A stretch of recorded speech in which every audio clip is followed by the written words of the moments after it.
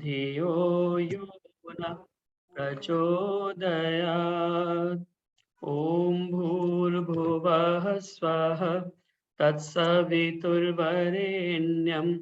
भर्गो देवस्य धीमहि धियो यो नः प्रचोदयात्। ॐ भूर्भुवः स्वः तत्सवितुर्वरेण्यं भर्गो देवस्य धीमहि धियो यो नः प्रचोदयात्। तूने हमें उत्पन्न किया, पालन कर रहा है तू। तुझसे ही पाते प्राण हम, दुखियों के कष्ट हरता है तू। तेरा महान तेज है, छाया हुआ सभी स्थान। सृष्टि की वस्तु वस्तु में हो रहा है विद्यमान। तेरा ही धरते ध्यान हम, मांगते तेरी दया। ईश्वर हमारी बुद्धि को श्रेष्ठ मार्ग पर चला। ॐ भूर्भुवः स्वः तत्सवितुर्वरेण्यं भर्गो देवस्य धीमहि धियो यो न प्रचोदयात्। ओम। आप सभी का स्वागत और धन्यवाद। आर्य केंद्रीय सभा नगर निगम क्षेत्र फरीदाबाद के तत्वावधान में आयोजित इस साप्ताहिक सत्संग में, जो कि प्रत्येक शुक्रवार शाम 4 बजे से 5:30 बजे तक होता है, आप सभी अपना समय निकाल करके इस सत्संग के साथ में जुड़ते हैं। आप सभी का पुनः हार्दिक स्वागत और धन्यवाद इस कार्यक्रम के साथ नियमित रूप से जुड़ने के लिए। आइए अब भजनों की श्रृंखला को प्रारंभ करें और उसके पश्चात आज विशेष रूप से उद्बोधन आदरणीय दर्शनाचार्य विमलेश बंसल जी का हमें सुनने के लिए मिलेगा। तो भजनों के क्रम को हम प्रारंभ करें और मेरी प्रार्थना सर्वप्रथम आदरणीय माता सुषमा यति जी से ही। कृपया आदरणीय माता सुषमा यति जी एक ईश्वर भक्ति के सुंदर भजन के साथ आज के इस कार्यक्रम को प्रारंभ कराएं। आदरणीय सुषमा यति जी, और इसके बाद में निर्मल विरमानी जी, आप कृपया तैयार हैं। अच्छा जी, पहला नंबर मेरा ही आ गया। ठीक है, मैंने तो ऋषि का निकाला हुआ था। तेरी खातिर परम पिता ने ये संसार बनाया, कुल दुनिया का वैभव सारा तेरे नाम लगाया। तेरी खातिर परम पिता ने नभ पृथ्वी अग्नि जलवायु सूरज चांद सितारे तेरे ही उपयोग में आते हैं सारे के सारे। कभी न उसने तुझसे मांगा हो, कभी न उसने तुझसे मांगा कीमत और किराया। कुल दुनिया का वैभव सारा तेरे नाम लगाया। तेरी खातिर परम पिता ने घुमड़ घुमड़ आकाश में आती घन घोर घटाए,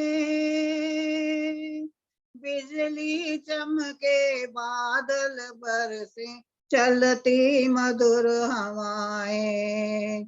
सबने मिलकर जीने लायक हो, सबने मिलकर जीने लायक वातावरण बनाया। तेरी खातिर परम पिता ने ये संसार बनाया, कुल दुनिया का वैभव सारा हो। झर झर झर झर झरने झरते, झर झर गीत सुनाते, जंगल झाड़ी बाग बगीचे मधुवन में लहराते, रंग बिरंगे फूल खिला कर ओ, रंग बिरंगे फूल खिलाकर जीवन को महकाया, तेरी खातिर परम पिता ने ये संसार बनाया। एक से बढ़कर एक प्रभु ने कर्तव्य खूब दिखाए, एक से बढ़कर एक प्रभु ने कर्तव्य खूब दिखाए, पलक झपकते ही दुनिया में क्या से क्या हो जाए, जादूगर की जादूगरी को ओ, जादूगर की जादूगरी को कोई समझ न पाया, कुल दुनिया का वैभव सारा तेरे नाम लगाया, तेरी खातिर परम पिता ने जलचर नभचर सारे तेरे सहयोगी, जलचर जथल चल नभचर सारे तेरे सहयोगी, तू भी इनका साथी बन जा बहुत सफलता होगी, तू भी इनका साथी बन जा बहुत सफलता होगी, मिलजुल करके ही रहने का हो, मिलजुल करके ही रहने का सबको सबक सिखाया, कुल दुनिया का वैभव सारा तेरे नाम लगाया, तेरी खातिर परम पिता ने सोना चांदी हीरे मोती सब धन माल खजाना, सोना चांदी हीरे मोती सब धन माल खजाना, सुबह रोशनी रात चांदनी चारों ओर बिछाना, सुबह रोशनी रात चांदनी चारों ओर बिछाना, पथिक जगत के कन कन में ओ, पथिक जगत के कन कन में है जगतपति की माया, कुल दुनिया का वैभव सारा तेरे नाम लगाया, तेरे खातिर परम पिता ने ये संसार बनाया, कुल दुनिया का वैभव सारा तेरे नाम लगाया, तेरे नाम लगाया, तेरी खातिर परम पिता ने। ओम जी ओम। बहुत बहुत धन्यवाद आपका समय देने का। बहुत बहुत धन्यवाद आदरणीय माता सुषमा यति जी, बहुत सुंदर कार्यक्रम के प्रारंभ में आपने भजन सुनाया, तेरे खातिर परम पिता ने यह संसार रचाया, कुल दुनिया का वैभव सारा तेरे नाम लगाया। और वास्तव में देखा जाए तो ये जो जितना सारा पसारा हम संसार का देखते हैं, जितने भी संसाधन हम संसार के देख रहे हैं, यह सब मनुष्य मात्र के उपयोग के लिए, उपभोग के लिए परमपिता परमात्मा ने बनाए हैं। और कहते हैं कि परमपिता परमात्मा ने जब इस सृष्टि का निर्माण किया, सब कुछ बनाने के बाद जब सारे वन, वनस्पति, उपवन, पहाड़, नदी, नाले और जीव-जंतु, विभिन्न योनियाँ सब तैयार हो गए, तब जाकर के सृष्टि के मुकुट इस मनुष्य का योनि का उसने निर्माण किया। उसके बाद मनुष्य का प्रादुर्भाव इस सृष्टि के अंदर हुआ और वास्तव में मनुष्य के उपयोग के लिए न जाने कितने पदार्थ अगर हम देखें तो परमपिता परमात्मा की असीम कृपा है। ऐसा कोई उपयोग उपभोग का सामान नहीं है जो परमपिता परमात्मा ने मनुष्य की जो आवश्यकता हो उसके अनुरूप ना बनाया हो। तो इसीलिए आइए उस परमपिता परमात्मा की इस सुंदर सृष्टि को देख करके हम उसका धन्यवाद ज्ञापित करें, इतने सुंदर पदार्थ हमें देने के लिए, इतना सुंदर वातावरण, यह सारा कुछ हमारे लिए जो बना करके दिया है। मनुष्य का शरीर हमें जो प्रदान किया, उसके लिए उस परमपिता परमात्मा का हम जितना भी धन्यवाद करें उतना थोड़ा है। कर्तव्य हमारा यही हो जाता है कि हम इस मनुष्य के शरीर को पाकर के, इन सुंदर संसाधनों को पाकर के उनका दुरुपयोग ना करें, उसको सदुपयोग करें, अच्छे मार्ग पर हम चलें और इन सब का सदुपयोग करते हुए हम मानवता को अच्छी दिशा में लेकर के जाने का प्रयास करें। कभी भी कोई बुरा कर्म, कोई पाप, कोई किसी की हिंसा, किसी का नुकसान ना करने का प्रयास करें। इन सब भावनाओं के साथ में उस परमपिता परमात्मा का धन्यवाद करते हुए आइए आगे बढ़ते हैं। माता जी का बहुत-बहुत धन्यवाद। इससे पूर्व कि मैं निर्मल विरमानी जी को भजन के लिए आमंत्रित करूँ, एक बार आप सभी का पुनः धन्यवाद और स्वागत इस कार्यक्रम के साथ में जुड़ने के लिए। मैं देख रहा हूँ आदरणीय उषा चित्कारा जी सेक्टर 15 से, नीलम कनूजा जी, प्रेम ढींगड़ा जी, साधना मित्तल जी से, गीता शर्मा जी, वसुधा कपूर जी, सुषमा तनेजा जी, सविता जी कानपुर से, शोभना टंडन जी, शशि सिंघल जी हापुड़ से, कांता गोगिया जी इत्यादि बहुत सारे गणमान्य लोग यहाँ पर उपस्थित हैं। आप सभी का इस कार्यक्रम के साथ जुड़ने के लिए बहुत-बहुत धन्यवाद, स्वागत, अभिनंदन।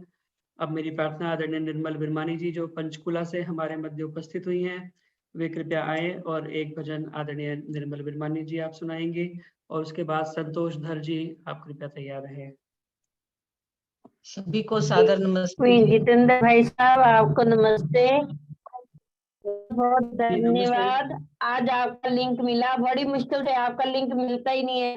मैं कितनी बार रिपीट करवाऊं, बार बार अच्छा नहीं लगता, इसलिए मुझे आपका आज ही लिंक मिला तभी जुड़ी हूँ। जी, शोभा बत्रा जी, मेरा जो लिंक नहीं मिल रहा है जिनको, उनसे मेरी पुनः प्रार्थना है कि मेरा जो व्हाट्सएप नंबर है 83830 वाला, उसे अपने फ़ोन में सेव कर लें। जब तक वो आपकी कॉन्टैक्ट लिस्ट में सेव नहीं होगा, तो जो हमारे जो किया ब्रॉडकास्ट हुआ लिस्ट है। होती है व्हाट्सएप की, उसमें वो नहीं पहुँच पाता है। तो जिनके पास भी मेरा नंबर सेव नहीं है, व्हाट्सएप वाला नंबर 83830 वाला, उसे अपने मोबाइल में ज़रूर सेव कर लें, तो आपके पास वो लिंक नियमित रूप से आता सेव रहेगा। तो है, आपने किया हुआ है सेव मेरा, पता नहीं क्यों नहीं लिंक मिलता, नहीं, आई बार परेशानी हो मैं जाती है। सेव नहीं कर सकता, वो आपको सेव करना होता है अपने मोबाइल में। आपके चलो कॉन्टैक्ट ठीक है। लिस्ट में होना चाहिए, आप एक बार उसको फिर से देखेंगे।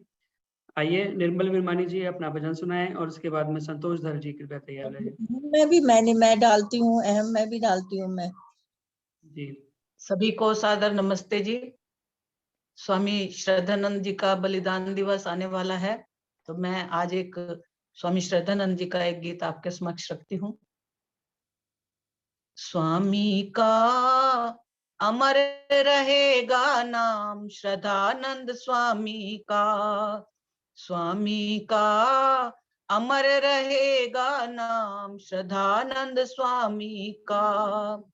सदाचार सिखलाया उसने, सदाचार सिखलाया उसने, शुद्धि चक्र चलाया उसने, शुद्धि चक्र चलाया उसने, किया वेदों का प्रचार, श्रद्धानंद स्वामी का। स्वामी का अमर रहेगा नाम, श्रद्धानंद स्वामी का। निकाली सबके दिलों की नफरत, निकाली सबके दिलों की नफरत, सिखाया सबको प्रेम का मतलब, सिखाया सबको प्रेम का मतलब। व्यक्तित्व था बड़ा महान, श्रद्धानंद स्वामी का। व्यक्तित्व था बड़ा महान श्रद्धानंद स्वामी का अमर रहेगा नाम श्रद्धानंद स्वामी का। गुरुकुलों की रीत चलाई, गुरुकुलों की रीत चलाई, दिलों में सबके प्रीत जगाई, दिलों में सबके प्रीत जगाई।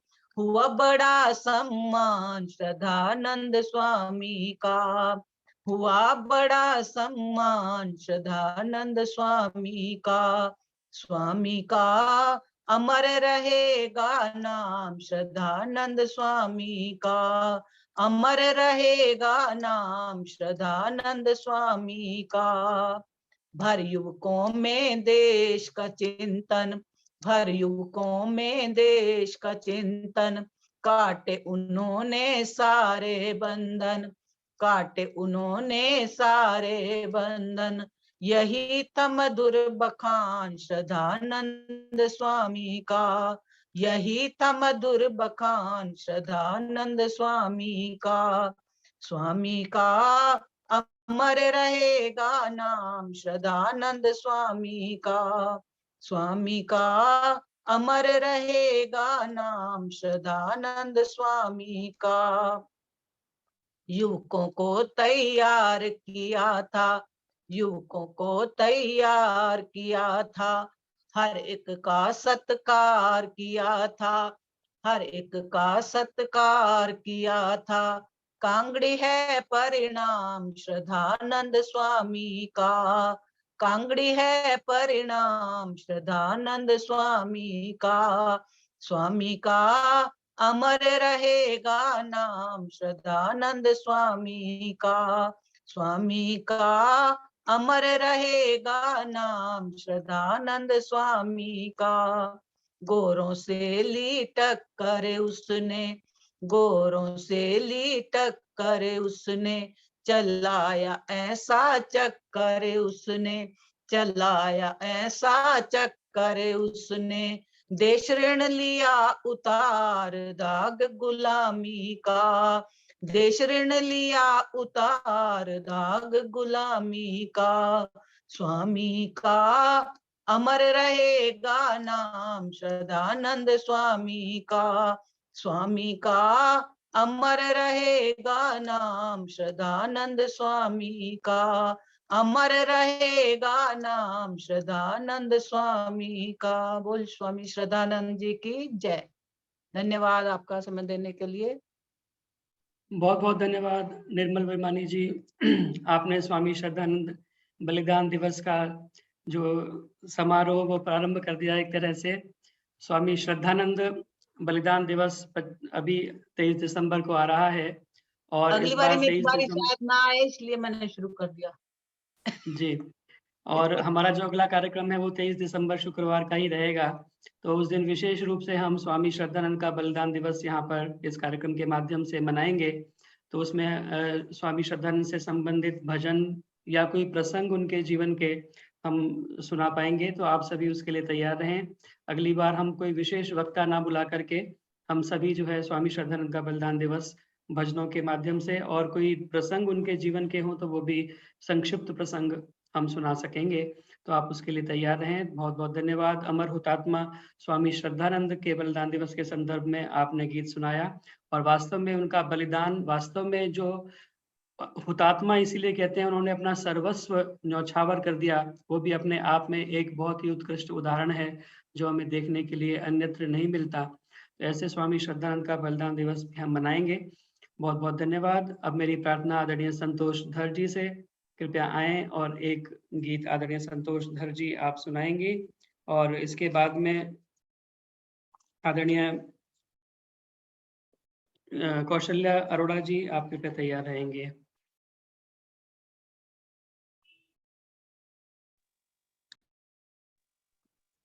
नमस्कार जी, नमस्ते सबको। नमस्कार भगवान को संतों का बारंबार हो, श्रद्धा रूपी भेंट हमारी मंगल में स्वीकार हो। नमस्कार भगवान को, संतों का बारंबार हो। श्रद्धा रूपी भेंट हमारी, मंगल में स्वीकार हो। तुम्ही दुनिया के जगत पिता हो, तुम्ही जगत की माता हो। भाई बंधु मीत सखा, सभी तुम्हारी माया है। तुम केवट प्यारे इस नैया के, जीवन के आधार हो। श्रद्धा रूपी भेंट हमारी, मंगल में स्वीकार हो। नमस्कार भगवान को, तुम कन कन में बसे हुए हो। तुम में जगत समाया है।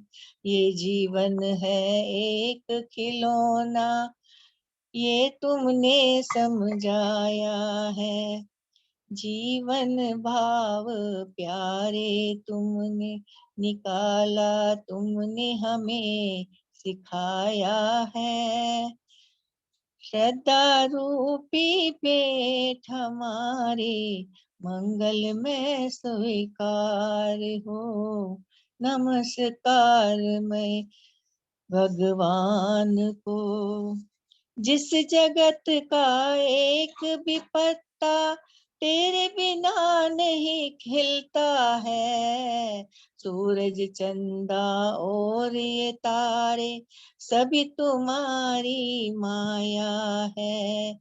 इस दुनिया को तुमने सजाया, तुमने मुक्त कराया है। श्रद्धा रूपी भेंट हमारी, मंगल में स्वीकार हो। नमस्कार को संतों का, माया तेरी बड़ी निराली, कोई ना उसको जाना है। जिस पर तेरी कृपा होती है, उसने इसको जाना है। लीला तेरी बड़ी निराली, लीला तेरी बड़ी निराली, अपरंपार बहाते हो। श्रद्धा रूपी भेंट हमारी, मंगल में स्वीकार हो। नमस्कार भगवान को, संतों का बारंबार हो। श्रद्धा रूपी भेंट हमारी, मंगल में स्वीकार हो। मंगल में स्वीकार हो। नमस्कार भगवान को। धन्यवाद आपका। धन्यवाद संतोष जी। बहुत अच्छा संतोष जी, बहुत अच्छा। नमस्कार भगवान तुम्हें भक्तों का बारंबार हो। और भजन ये पथिक जी का है वैसे, पर आपने कुछ दूसरा कुछ इसमें जोड़ दिया है साथ में, तो कुछ अलग अलग अंतरे सुनने के लिए मिले। हालांकि उनकी जो तुकबंदी थी लास्ट में वो कम मिल रही थी कहीं कहीं, तो इसलिए जो उसका मूल भजन है वो पथिक जी का लिखा हुआ मूल भजन है, और मैं उसे चैट बॉक्स में डाल देता हूँ, आप वहां से देख लीजिए और इसमें परिवर्तन कर लेंगे उसके हिसाब से। बहुत बहुत धन्यवाद, आपने बहुत सुंदर तरीके से सुनाया। नमस्कार भगवान तुम्हें भक्तों का बारंबार हो। श्रद्धा रूपी भेंट हमारी, मंगल में स्वीकार हो। उस परमपिता परमात्मा के समक्ष नतमस्तक होते हुए बहुत सुंदर भजन आपने भाव से सुनाया, बहुत बहुत धन्यवाद। आइए अब मेरी प्रार्थना आगे बढ़ते हुए आदरणीय कौशल्या अरोड़ा जी से आप कृपया आपका भजन सुनाएं, और इसके बाद में आदरणीय उषा सूद जी वैदिक मोहन आश्रम, आप कृपया तैयार रहें एक कविता के साथ में। कौशल्या जी। हाँ जी, सबको नमस्ते जी। प्रभु भक्ति का भजन जी गीता शर्मा जी। मेरी किस्मत का सितारा आपके हाथों में है, मेरी किस्मत का सितारा आपके हाथों में है, आपके हाथों में है प्रभु, आपके हाथों में है, मेरी किस्मत का सितारा आपके हाथों में है। क्यों करूं चिंता फिकर में जिंदगी के खेल में, कौन जीता कौन हारा आपके हाथों में है, मेरी किस्मत का सितारा आपके हाथों में है।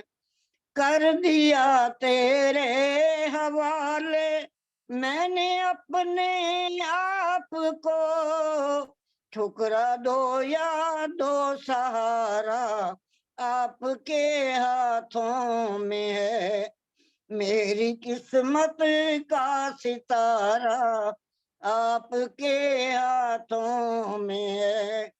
राज इतना जान गया हूँ मेरे बस में कुछ नहीं, मेरे दुख सुख का पिटारा आपके हाथों में है, मेरी किस्मत का सितारा आपके हाथों में है। तार दो या मार दो प्रभु है ये मर्जी आपकी, मेरी नैया पार लगाना आपके हाथों में है। धरती और आकाश में प्रभु कण कण में भी है प्रभु, मन मंदिर में दर्शन देना आपके हाथों में है, मन मंदिर में दर्शन देना आपके हाथों में है, मेरी किस्मत का सितारा आपके हाथों में है, मेरी किस्मत का सितारा आपके हाथों में है। धन्यवाद जी। बहुत बहुत धन्यवाद आइए कौशल्या अरोड़ा भजन जी। की आवाज आई है पूरी। हाँ जी, बढ़िया से अच्छी ऐसे आवाज आई है आपकी। मेरी किस्मत का सितारा प्रभु तेरे हाथों में है, और वास्तव में उस प्रभु के हाथों में अगर हम अपनी डोरी सौंप करके अपना कार्य करते हैं, यद्यपि हमारे कर्मों का परिणाम है जो भी हमें अच्छा बुरा प्राप्त होता है, लेकिन एक समर्पण भाव से परमपिता परमात्मा के हाथों में अपनी डोरी को सौंप दें, तो वास्तव में जैसा आप अंतरे में बता रहे थे कि मेरी नैया कभी भी डूब नहीं सकती, डूबने का डर भला क्यों हो मुझे फिर ए खुदा, डूबने का डर भला क्यों हो मुझे फिर ए खुदा, जब मैं तेरा किश्ती तेरी दरिया तेरा साहिल तेरा। सब कुछ उस परमपिता परमात्मा के हाथ में है, सारे संसार का वो नियंत्रण करने वाला है। तो आइए उस परमपिता परमात्मा के हाथों में अपनी डोरी को सौंप करके आगे बढ़ते रहें, अपने उत्तम कर्मों को सदा हम आगे आगे बढ़ाते रहें और हमेशा अपने जीवन को उन्नति के मार्ग पर प्रशस्त करते रहें। बहुत बहुत धन्यवाद। बहुत स्वागत विमल सचदेवा जी, आपके दर्शन हुए पुनः एक अंतराल के बाद में। बहुत बहुत धन्यवाद। आइए टाइम दे देना। अब मेरी जी प्रयास करेंगे, अब समय बहुत कम बचा है। इससे पूर्व की आदरणीय उषा सूद जी का काव्य पाठ हम सुने। एक बार पुनः आप सभी का स्वागत। जुड़ने के लिए सुषमा बजाज जी, आदरणीय माता लाज गुप्ता जी, सरला गुप्ता जी पलवल से, सुमित्रा जी, विजय हंस जी, प्रोफेसर जेसी आर्य जी बेंगलोर से जुड़े हुए हैं, उर्मिला जी, प्रेमलता मदान जी सीतरी जनकपुरी से जुड़ी हैं, बहुत स्वागत। रजनी पिपलानी जी, सुमन बत्रा जी, और अभी सुषमा तनेजा जी लिख रही थी चैट बॉक्स में, मैं सिडनी से आपका कार्यक्रम देखती हूँ, बहुत आनंद आता है। आप सभी का जुड़ने के लिए बहुत बहुत धन्यवाद। SK कोहली जी प्रशांत विहार से जुड़े हैं, आप सभी का पुनः पुनः धन्यवाद। मेरी प्रार्थना आदरणीय माता उषा सूद जी से वैदिक मोहन आश्रम से आप जुड़ी हैं, और एक काव्य पाठ के लिए आपको आमंत्रित करता हूं, और उसके पश्चात में मेरी प्रार्थना होगी आदरणीय सुमन बत्रा जी से एक भजन सुनाने के लिए। उषा सूद जी। आचार्य वर 13 हफ्ते के बाद आपने मुझे बारी दी, उसका धन्यवाद। और आगे से मैं भी भजन सुना दिया करूंगी, क्योंकि कविता के लोग इच्छुक नहीं है, तो मेरा भी भजन ही ऊपर नाम लिख दिया करे। आगे से भजन सुनाऊंगी। आज मैं कविता सुनाती हूँ। कविता का शीर्षक है मैं नारी हूँ, और कविता स्वरचित है। मैं नारी हूँ, मैं सब कुछ संभाल लेती हूँ।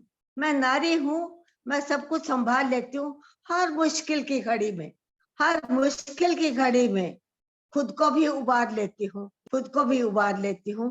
बेशक बेशक मेरी जेब में कुछ नहीं टिकता, बेशक मेरी जेब में कुछ नहीं टिकता, फिर भी मैं चुपके से मौन के कुछ पल चुराकर, चुपके से मौन के कुछ पल चुराकर अपनी जेब में डाल लेती हूँ। मैं नारी हूँ, मैं सब कुछ संभाल लेती हूँ। मैं नारी हूँ। घर गृहस्थ के अनेक भार होते हैं मेरे सर पर, घर गृहस्थ के अनेक भार होते हैं मेरे सर पर, और कई बार तो अंदर से टूट कर भी, अंदर से टूट कर भी मैं बाहरी नातों को बड़ी तरकीब से किसी मन के कोने में डाल लेती हूँ, मन के कोने में डाल लेती हूँ, मन के कोने में डाल लेती हूँ। मैं नारी हूँ, मैं सब कुछ संभाल लेती हूँ। हर मुश्किल की घड़ी में खुद को उबार लेती हूँ, हर मुश्किल की घड़ी में खुद को उबार लेती हूँ। कई बार तो मैं गलत ना होकर भी, कई बार तो मैं गलत ना होकर भी गलत ही ठहराई जाती हूँ, गलत ही ठहराई जाती हूँ। उन पलों में भी मैं शांति से, चुप्पी से, शांति और चुप्पी साध लेती हूँ। वैसे तो लड़ना आता है मुझे, वैसे तो लड़ना आता है मुझे सच्चाई के लिए, पर अपनों को जिताने के लिए, पर अपनों को जिताने के लिए हारना भी आता है मुझे, हारना भी आता है मुझे। पर मैं तो नारी हूँ, जीत कर भी हारी हूँ, जीत कर भी हारी हूँ। मैं नारी हूँ, मैं सब कुछ संभाल लेती हूँ, सब कुछ संभाल लेती हूँ। हर मुश्किल की घड़ी में खुद को उबार लेती हूँ, खुद को उबार लेती हूँ। जैसे विषधर ने विष धारण किया था, जैसे विषधर ने विष धारण किया था जगत के कल्याण के लिए, पर आप मेरी हिम्मत देखिए, आप मेरी हिम्मत देखिए। मैंने तो विषधर को ही धारण कर लिया, इसलिए मैं विषधर की भी धारी हूँ, मैं विषधर की भी धारी हूँ। मैं नारी हूँ, मैं सब कुछ संभाल लेती हूँ।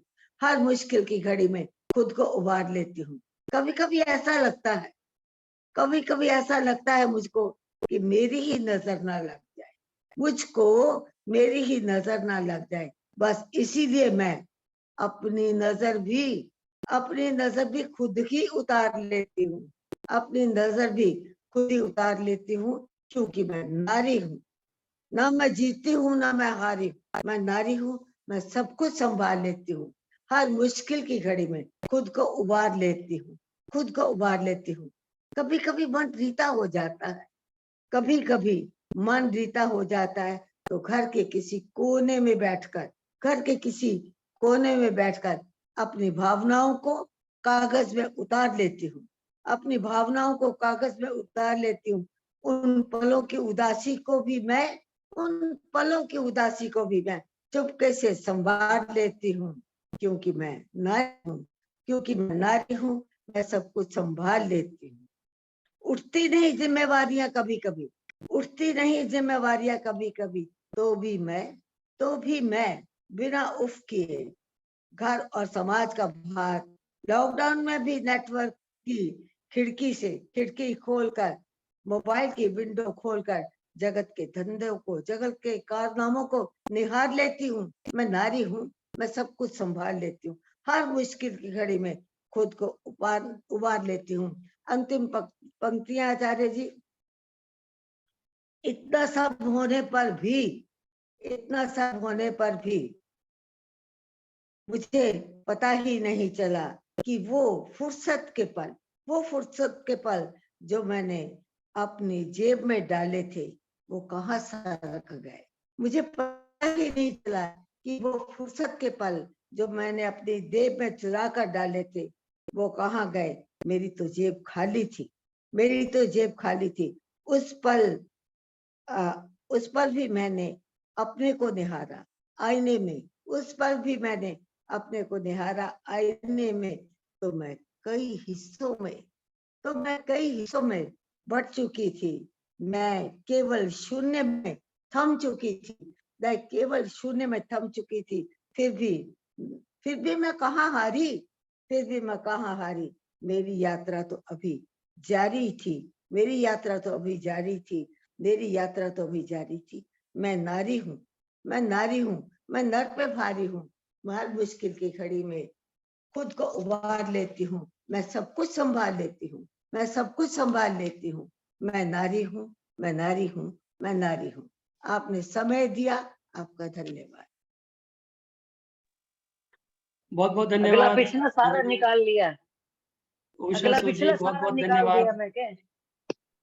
मैं नारी हूँ, मैं सब कुछ संभाल लेती हूँ। बहुत सुंदर कविता के माध्यम से आपने बहुत सुंदर संदेश दिया, और आप कविता ही सुनाया करें, हम कविता का ही आपका नंबर दिया करेंगे। कुछ विशेष कारण बीच में कुछ इस तरह की हो जाते हैं कि कई बार नंबर नहीं आ पाता। मुझे ध्यान है आपका जो लास्ट नंबर आया था वो आशा जी का, जब कार्यक्रम संभाल रही थी आशा जी ने आपको एक बार कविता वाचन के लिए कहा था, और यह सत्य है कि काफी समय से आपका नंबर नहीं आया।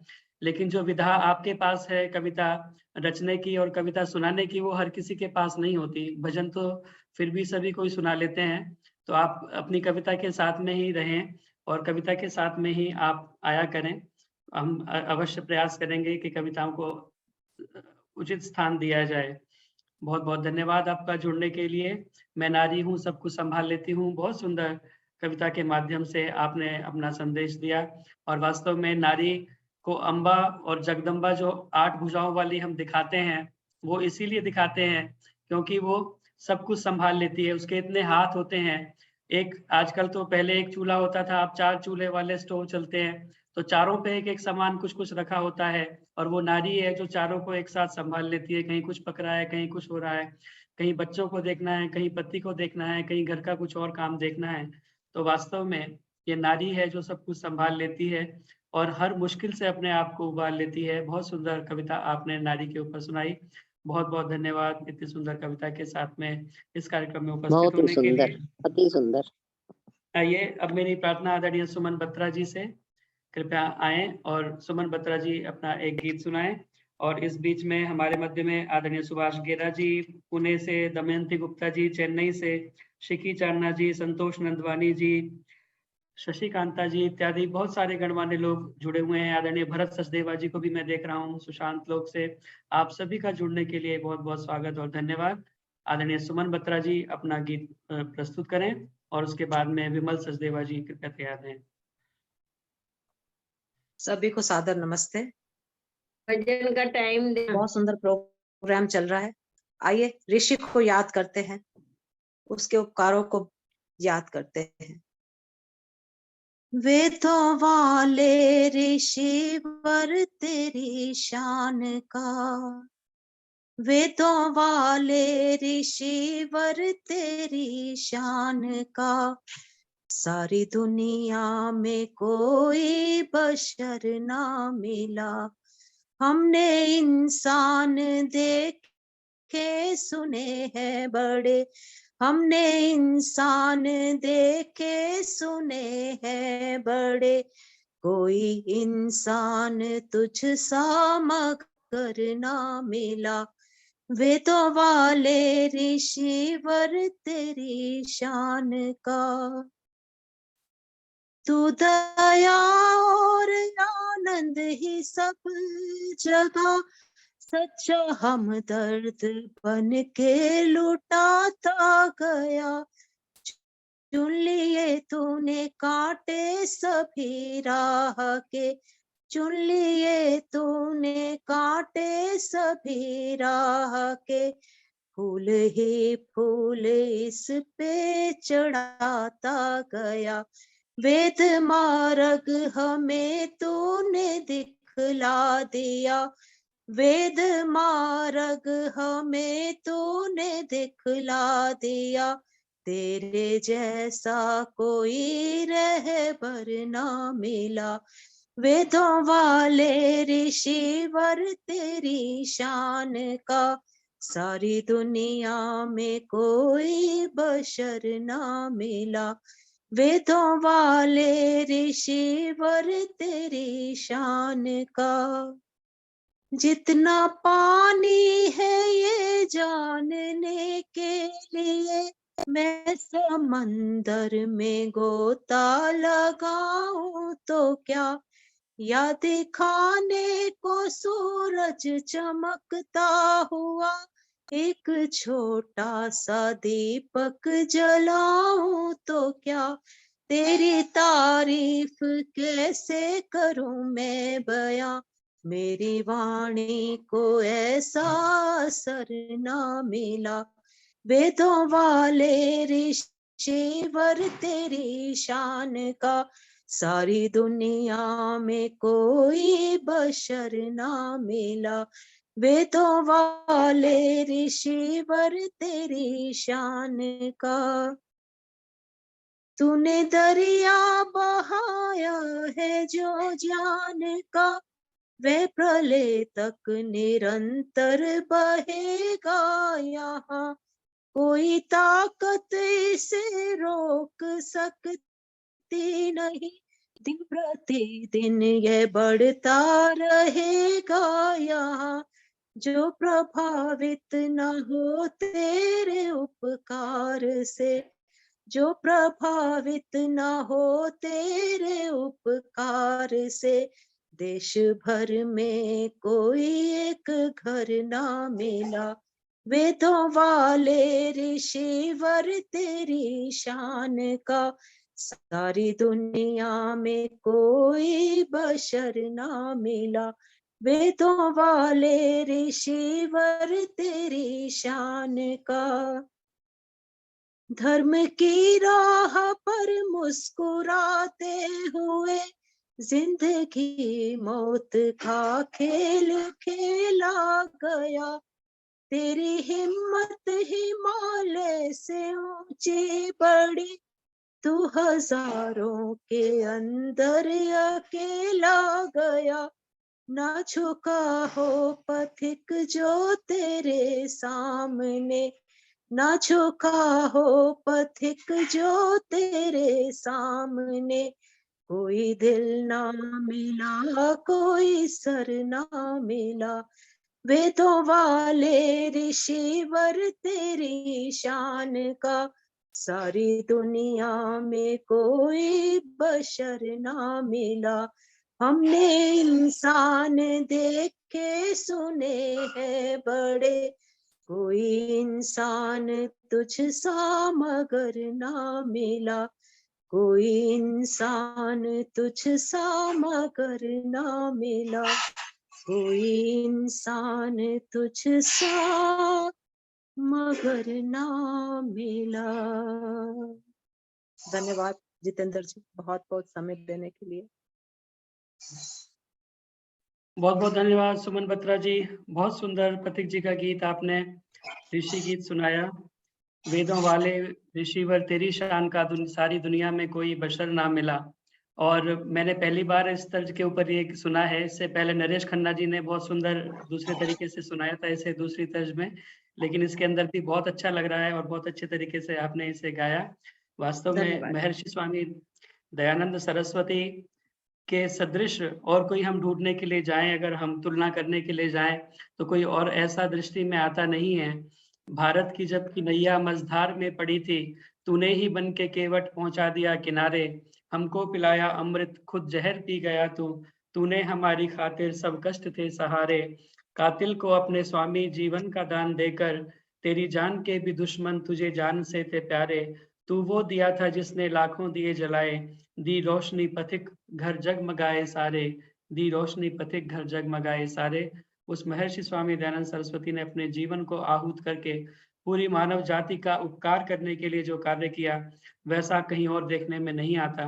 बहुत सुंदर गीत आपने पथिक जी का सुनाया, बहुत बहुत धन्यवाद।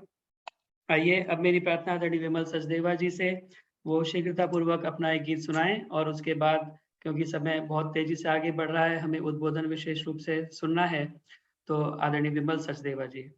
सबको मैं भी नमस्ते। बैठी हुई हूँ, मैं भी नमस्ते कर रही हूँ। नमस्ते जी। जी नमस्ते। हाँ जी नमस्ते जी। मैं कभी कभी याद कर लिया करो, इसलिए शक्ल दिखाई। जी मैंने आपका नाम बोला, आपने शायद सुना नहीं। सबसे हाँ पहला मैंने नाम आपका बोला मैंने स्वागत के क्रम में। ओके ओके, आधा आधा सुना था मैंने। ठीक है जी ठीक है। ओके, चलो ऑल है बेस्ट। छोटा सा। सबको नमस्ते।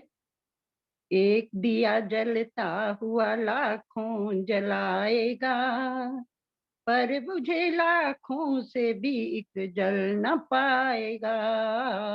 एक दिया जलता हुआ लाखों जलाएगा, पर बुझे लाखों से भी एक जल न पाएगा। मूर्ख 100 मिल के भी कुछ भी सफलता न पा सके। मूर्ख 100 मिल के ना कुछ भी सफलता पा सके। एक ही विद्वान सब कुछ कर दिखाएगा। एक ही विद्वान सब कुछ कर दिखलाएगा। एक दिया जलता हुआ लाखों जलाएगा। जिस कुएं के पास ना पानी की कोई बूंद हो, वह किसी की प्यास को कैसे बुझाएगा।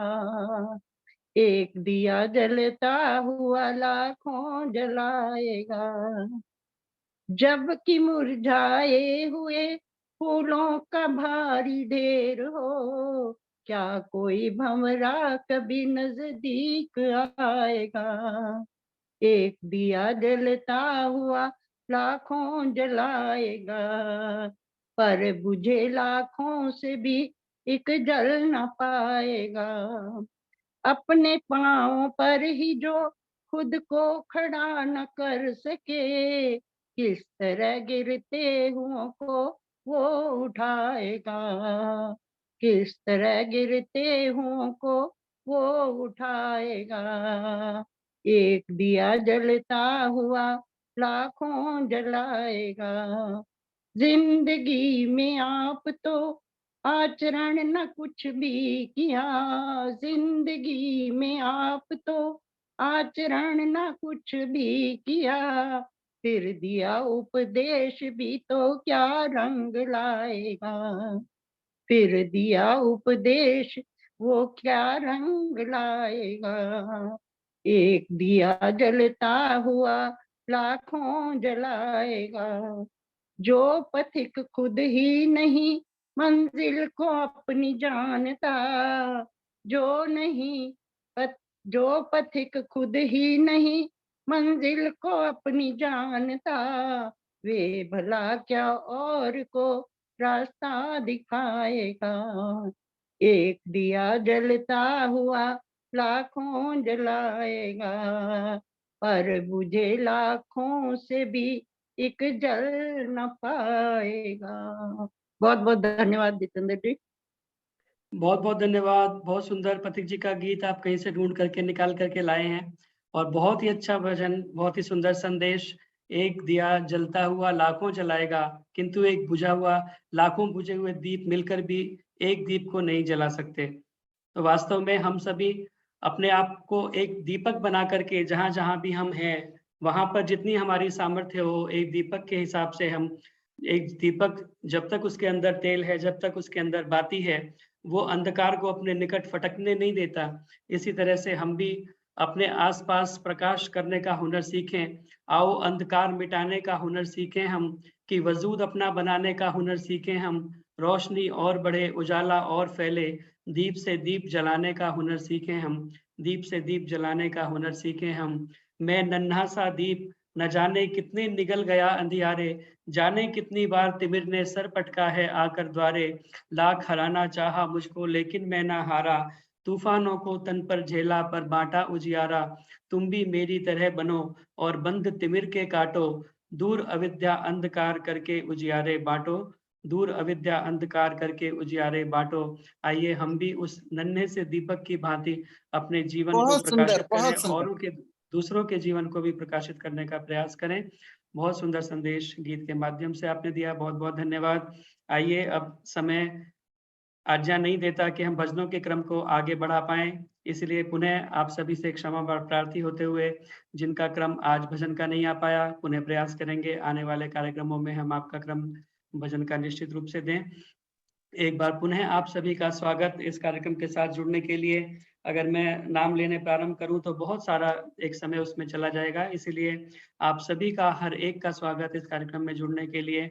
ये सामान्य निर्देश आप सभी को विदित हैं। कार्यक्रम फेसबुक पर भी लाइव चलता है, इस समय भी चल रहा है, और फेसबुक के माध्यम से भी बहुत सारे लोग जुड़ते हैं। मैं देख रहा था आदरणीय शशि चोपड़ा जी आजकल यमुना विहार के कार्यक्रम में भाग ले रही थी, तो वहीं से वो फेसबुक के माध्यम से जुड़ी हुई हैं। पूरा कार्यक्रम उन्होंने फेसबुक के माध्यम से देख रही हैं, उनका बहुत बहुत स्वागत। सुधा मित्तल जी इस कार्यक्रम से जुड़ी हुई हैं फेसबुक के माध्यम से, और भी बहुत सारे श्रोता जुड़ते हैं, उन सभी का भी बहुत बहुत धन्यवाद। स्वेच्छानुसार दान देने के लिए मेरा मोबाइल नंबर है, इस पर फोन पे, पेटीएम, यूपीआई इत्यादि के माध्यम से आप अपना सात्विक दान दे सकते हैं। और जैसा कि अभी आदरणीय निर्मल विरमानी जी गीत सुना रही थी, स्वामी श्रद्धानंद जी का बलिदान दिवस आ रहा है, उसी उपलक्ष्य में आर्य केंद्रीय सभा नगर निगम क्षेत्र फरीदाबाद के तत्वावधान में जो विशेष कार्यक्रम रखा गया है वो गुरुकुल इंद्रप्रस्थ के अंदर, क्योंकि गुरुकुल इंद्रप्रस्थ भी स्वामी श्रद्धानंद के द्वारा ही स्थापित गुरुकुल है, जो कि स्वतंत्रता संग्राम में भी अपनी एक भूमिका बनाए हुए है। तो ऐसे पवित्र स्थल पर स्वामी श्रद्धानंद का बलिदान दिवस 25 दिसंबर को मनाया जाएगा। प्रातः 10 बजे से 1 बजे तक यह कार्यक्रम रहेगा, और इसके साथ में एक घटना को और भी जोड़ दिया गया है, मोर्चा गुरु का बाग। ये एक गुरु का बाग मोर्चा सिखों के द्वारा 1922 में खोला गया था, और उसको जो है पूरी शताब्दी उसकी हो चुकी है। तो शताब्दी समारोह भी साथ में सिख समुदाय को भी इसके अंदर आमंत्रित किया गया है, तो उनकी भी विशेष रूप से उपस्थिति रहेगी। स्वामी श्रद्धानंद का भी इसमें सहयोग साथ में रहा था, तो दोनों घटनाओं को जोड़ करके यह कार्यक्रम बनाया गया है। आइए अब मैं स्वागत करना चाहता हूं, हमारे मध्य में आदरणीय दर्शनाचार्य विमलेश बंसल जी उपस्थित हैं, और बहुत ही व्यस्त उनका कार्यक्रम रहता है। सुविख्यात विदुषी, लेखिका, कवियत्री, समाज सेविका, संस्कार पुरोहिता, और न जाने बहुआयामी व्यक्तित्व आपका है, और बहुमुखी प्रतिभा संपन्न आप हैं। न जाने कितना कार्य आप करती रहती हैं, मैं देखता हूं, और आपका अनुसरण करने का हम प्रयास करें, आपके मार्ग पर चलने का हम प्रयास करें। आपका इस कार्यक्रम के साथ जुड़ने के लिए और समय देने के लिए बहुत बहुत धन्यवाद, और बहुत बहुत हार्दिक स्वागत इस कार्यक्रम में उपस्थित होने के लिए। आज का जो विषय है, आपका जो विषय हमेशा ही एक रोचक और एक आकर्षक विषय रहता है, और एक उत्सुकता बनी रहती है कि इस विषय के अंतर्गत हम क्या हमें सुनने के लिए मिलेगा। तो आज का जो विषय है 50-55 गमन व आगमन, तो ये एक विषय बहुत ही रोचक विषय आपने रखा है। आपसे मैं प्रार्थना करूं कि इस विषय की गुत्थी को सुलझाएं, और इस विषय के अंतर्गत हम सभी का मार्गदर्शन करें। आदरणीय दर्शनाचार्य विमलेश बंसल जी।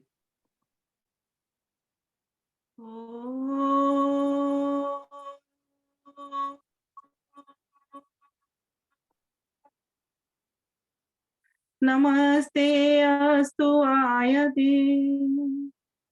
नमो अस्तु परायते, नमस्ते प्राणतिष्ठत आसीनायोतते नमः, आसीनायोतते नमः। भगवन्त्वदीय भक्तिं स्वान्ते सदा भरेयम्, वेदोक्त धर्म कार्यं न तन्दिनं विधेयम्। संगः सदा सुधीनां सरणि च सज्जनानां, सद्भावनाश्रितोऽहं पापात् सदा विवेयम्। भगवन्त्वदीय भक्तिं स्वान्ते सदा भरेयम्। रोगादहन्ति देहं प्रबला शरीरमध्ये, ब्रह्मचर्यमौषधं च पेयं सदा वरेण्यम्। भगवन्त्वदीय भक्तिं स्वान्ते सदा भरेयम् वालैरमूल्यवेला केला सुनापनेया ज्ञानं मतौ धरेयम् धर्मं सदाचरेयम् ज्ञानं मतौ धरेयम् धर्मं सदाचरेयम् भगवन् त्वदीय भक्तिं स्वान्ते सदा भरेयम् स्वान्ते सदा भरेयम्। फरीदाबाद से चल रहा बहुत ही सुंदर शुक्रवासरीय यह दिव्य भव्य सभ्य सत्संग है, जिसमें अनेकानेक हम अभी मधुर भजनों को सुन रहे थे। बहुत ही विदुषी बहनें हैं हमारी और सिंगर हैं जो इतने मधुर मधुर आवाज में और बहुत ही प्रेरक भजन सुना करके गई हैं। और माता उषा सुनाई इन्होंने, तो बहुत प्यारा ये कार्यक्रम चल रहा है अपना। इसके जो संचालक हैं आदरणीय जितेंद्र भाई सरल जी, बहुत ही अच्छे कवि भी हैं ये और संगीतकार भी हैं। मैंने इनके कई भजन भी और स्वयं रचते भी हैं भजनों को, और कभी प्रवचन का भी जब अवसर आता है तो प्रवचन भी आप करते ही हैं। तो आपको तो नमन करती ही हूँ, साथ में आप जैसे कि बता रहे थे परिचय में सिडनी से भी बहुत बहन जुड़ी हुई है, कोई माता, मेरा शायद परिचय नहीं है बट वो सुनती होंगी, तो ऐसी बहन को भी नमन करती हूँ। और देश विदेश से जितने भी लोग जुड़े हुए हैं सभी को नमन करती हूँ, वंदन करती हूँ, अभिनंदन करती हूँ। और मेरी यहाँ दिल्ली की तो जितनी भी माताएं बहनें हैं ज्यादातर परिचित हैं सभी मुझसे, और सभी इन अंतरजालीय कार्यक्रमों में मिलती ही रहती हैं। तो आज का हमारा विषय है 50-55 गमन व आगमन। विषय स्वतः कह रहा है कि वास्तव में जब व्यक्ति 50 का हो जाए या 50 से 55 की ओर बढ़े, तो इसका मतलब ये नहीं है कि 50 से 55 तक ही रहेगा, 60 में भी जाएगा, 70 में भी जाएगा, 80 में भी जाएगा, 90 में भी जाएगा, 100 में भी जाएगा। जिसको जितनी शक्ति मिली है, जिसको जितनी आयु मिली है, जिसको जितने जैसे भोग मिले हैं उसको भोग करके जाएगा ही जाएगा। तो बात यहाँ चल रही है गमन व आगमन। ये जो 50 वर्ष का समय है, माना कि हमारे शास्त्रों ने विधान किया है कि 4 हमारे आश्रम होते हैं, जिसमें एक ब्रह्मचर्य है, दूसरा गृहस्थ है और तीसरा वानप्रस्थ है, चौथा संन्यास आश्रम है। और चारों आश्रमों का अपना अपना महत्व है। और पूरी एक 100 वर्ष का अगर हम औसत निकालें, ये 100 वर्ष की आयु का भी अगर हम 4 भागों में इसको वितरण करें या विभक्त करें, तो ब्रह्मचर्य काल 25 साल और 25 साल फिर गृहस्थ के लिए रह जाते हैं, क्योंकि 50 वर्ष तक गृहस्थ में रहना होता है। फिर उसके बाद में वानप्रस्थ 75 का, और फिर उसके बाद में 75 के बाद में 25 साल और रह जाते हैं, वो संन्यास आश्रम की। अब समय पूरा 100 वर्ष तो कोई कर नहीं पाता, कोई 50 में चला जाता, कोई 60 में चला जाता, कोई 70 में चला जाता, कोई 80 में, कोई 90।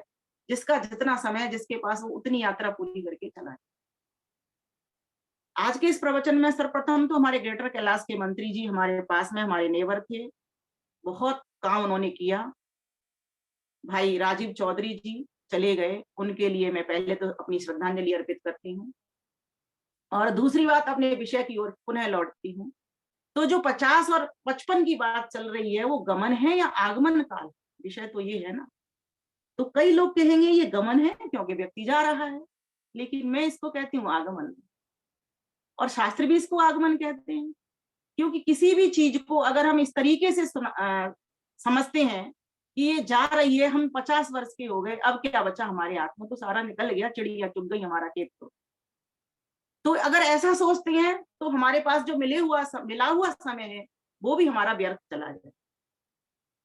वस्तुतः 50 वर्ष एक संधि वेला है, संक्रांति काल है।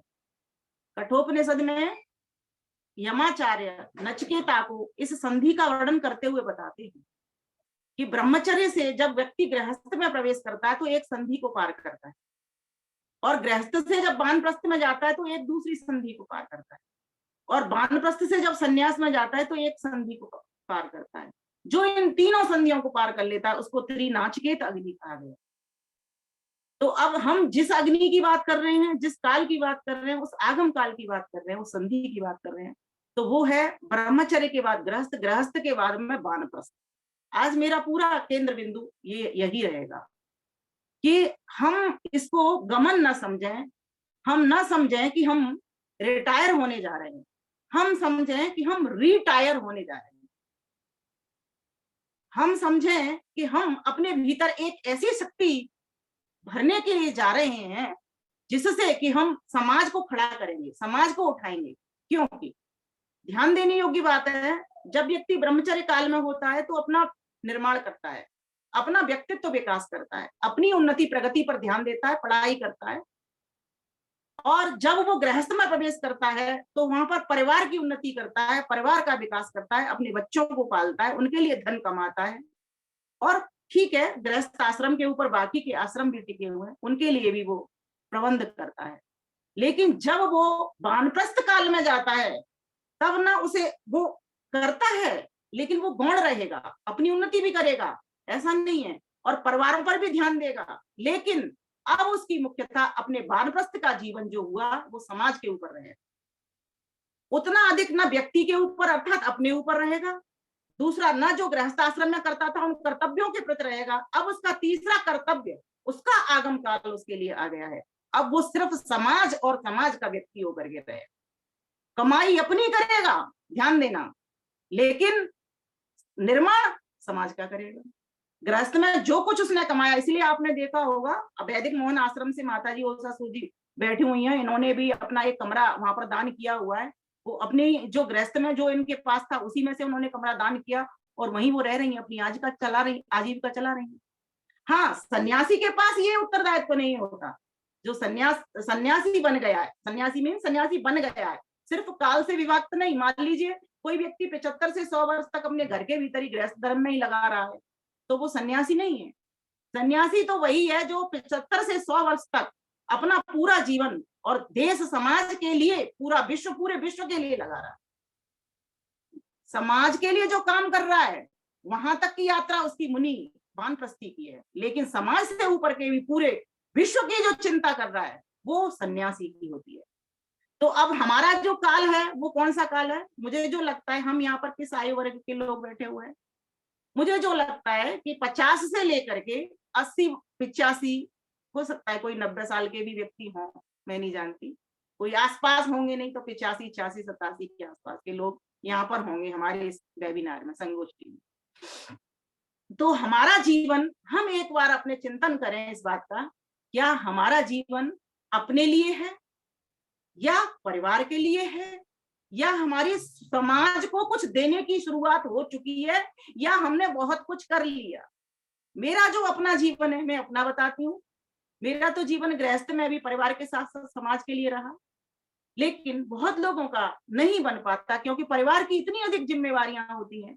जैसे कि अभी एक नारी का वर्णन भी चल रहा था कि मैं तो अपनी नजर खुद ही उतार लेती हूँ। बड़ी हंसने की भी पंक्ति है और समझने की भी पंक्ति है कि वास्तव में नारी कितनी सशक्त होती है, पर मेरा विषय नहीं है इसीलिए मैं उसको नहीं पढ़ाती हूँ, नहीं रोकती हूँ। मैं तो बस इतना सा बताना चाह रही हूँ कि गृहस्थ की उत्तरदायित्व तो कितने अधिक होते हैं, कितनी जिम्मेवारियां होती हैं। वो तो विरले लोग होते हैं जो गृहस्थ में रह करके भी समाज संस्था को हाथ में लेकर के उनका निर्माण कार्य पहले से ही कर देते हैं, प्रारंभ कर देते हैं।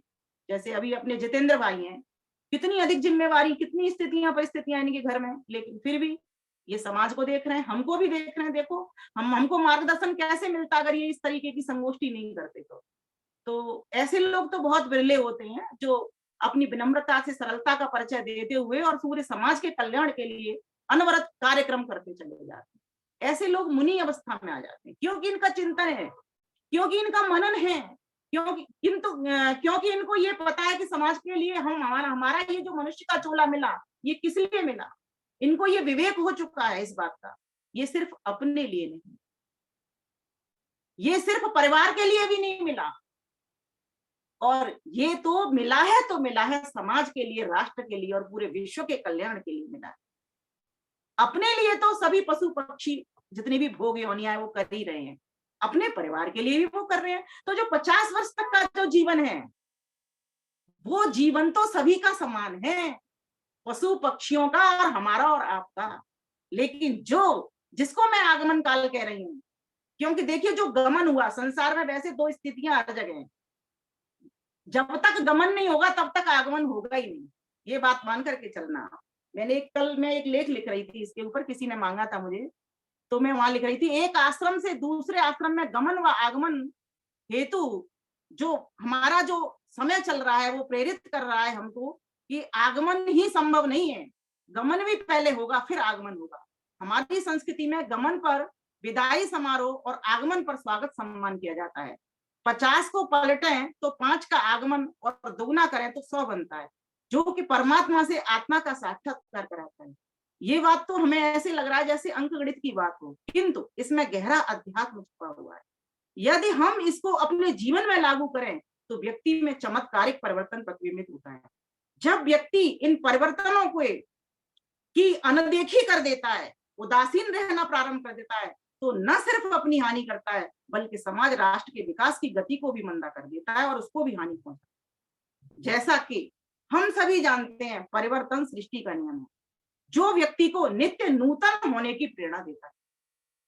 एक बात मैं पूछती हूँ आपसे, अभी है क्या संध्या काल, अब क्या आएगी?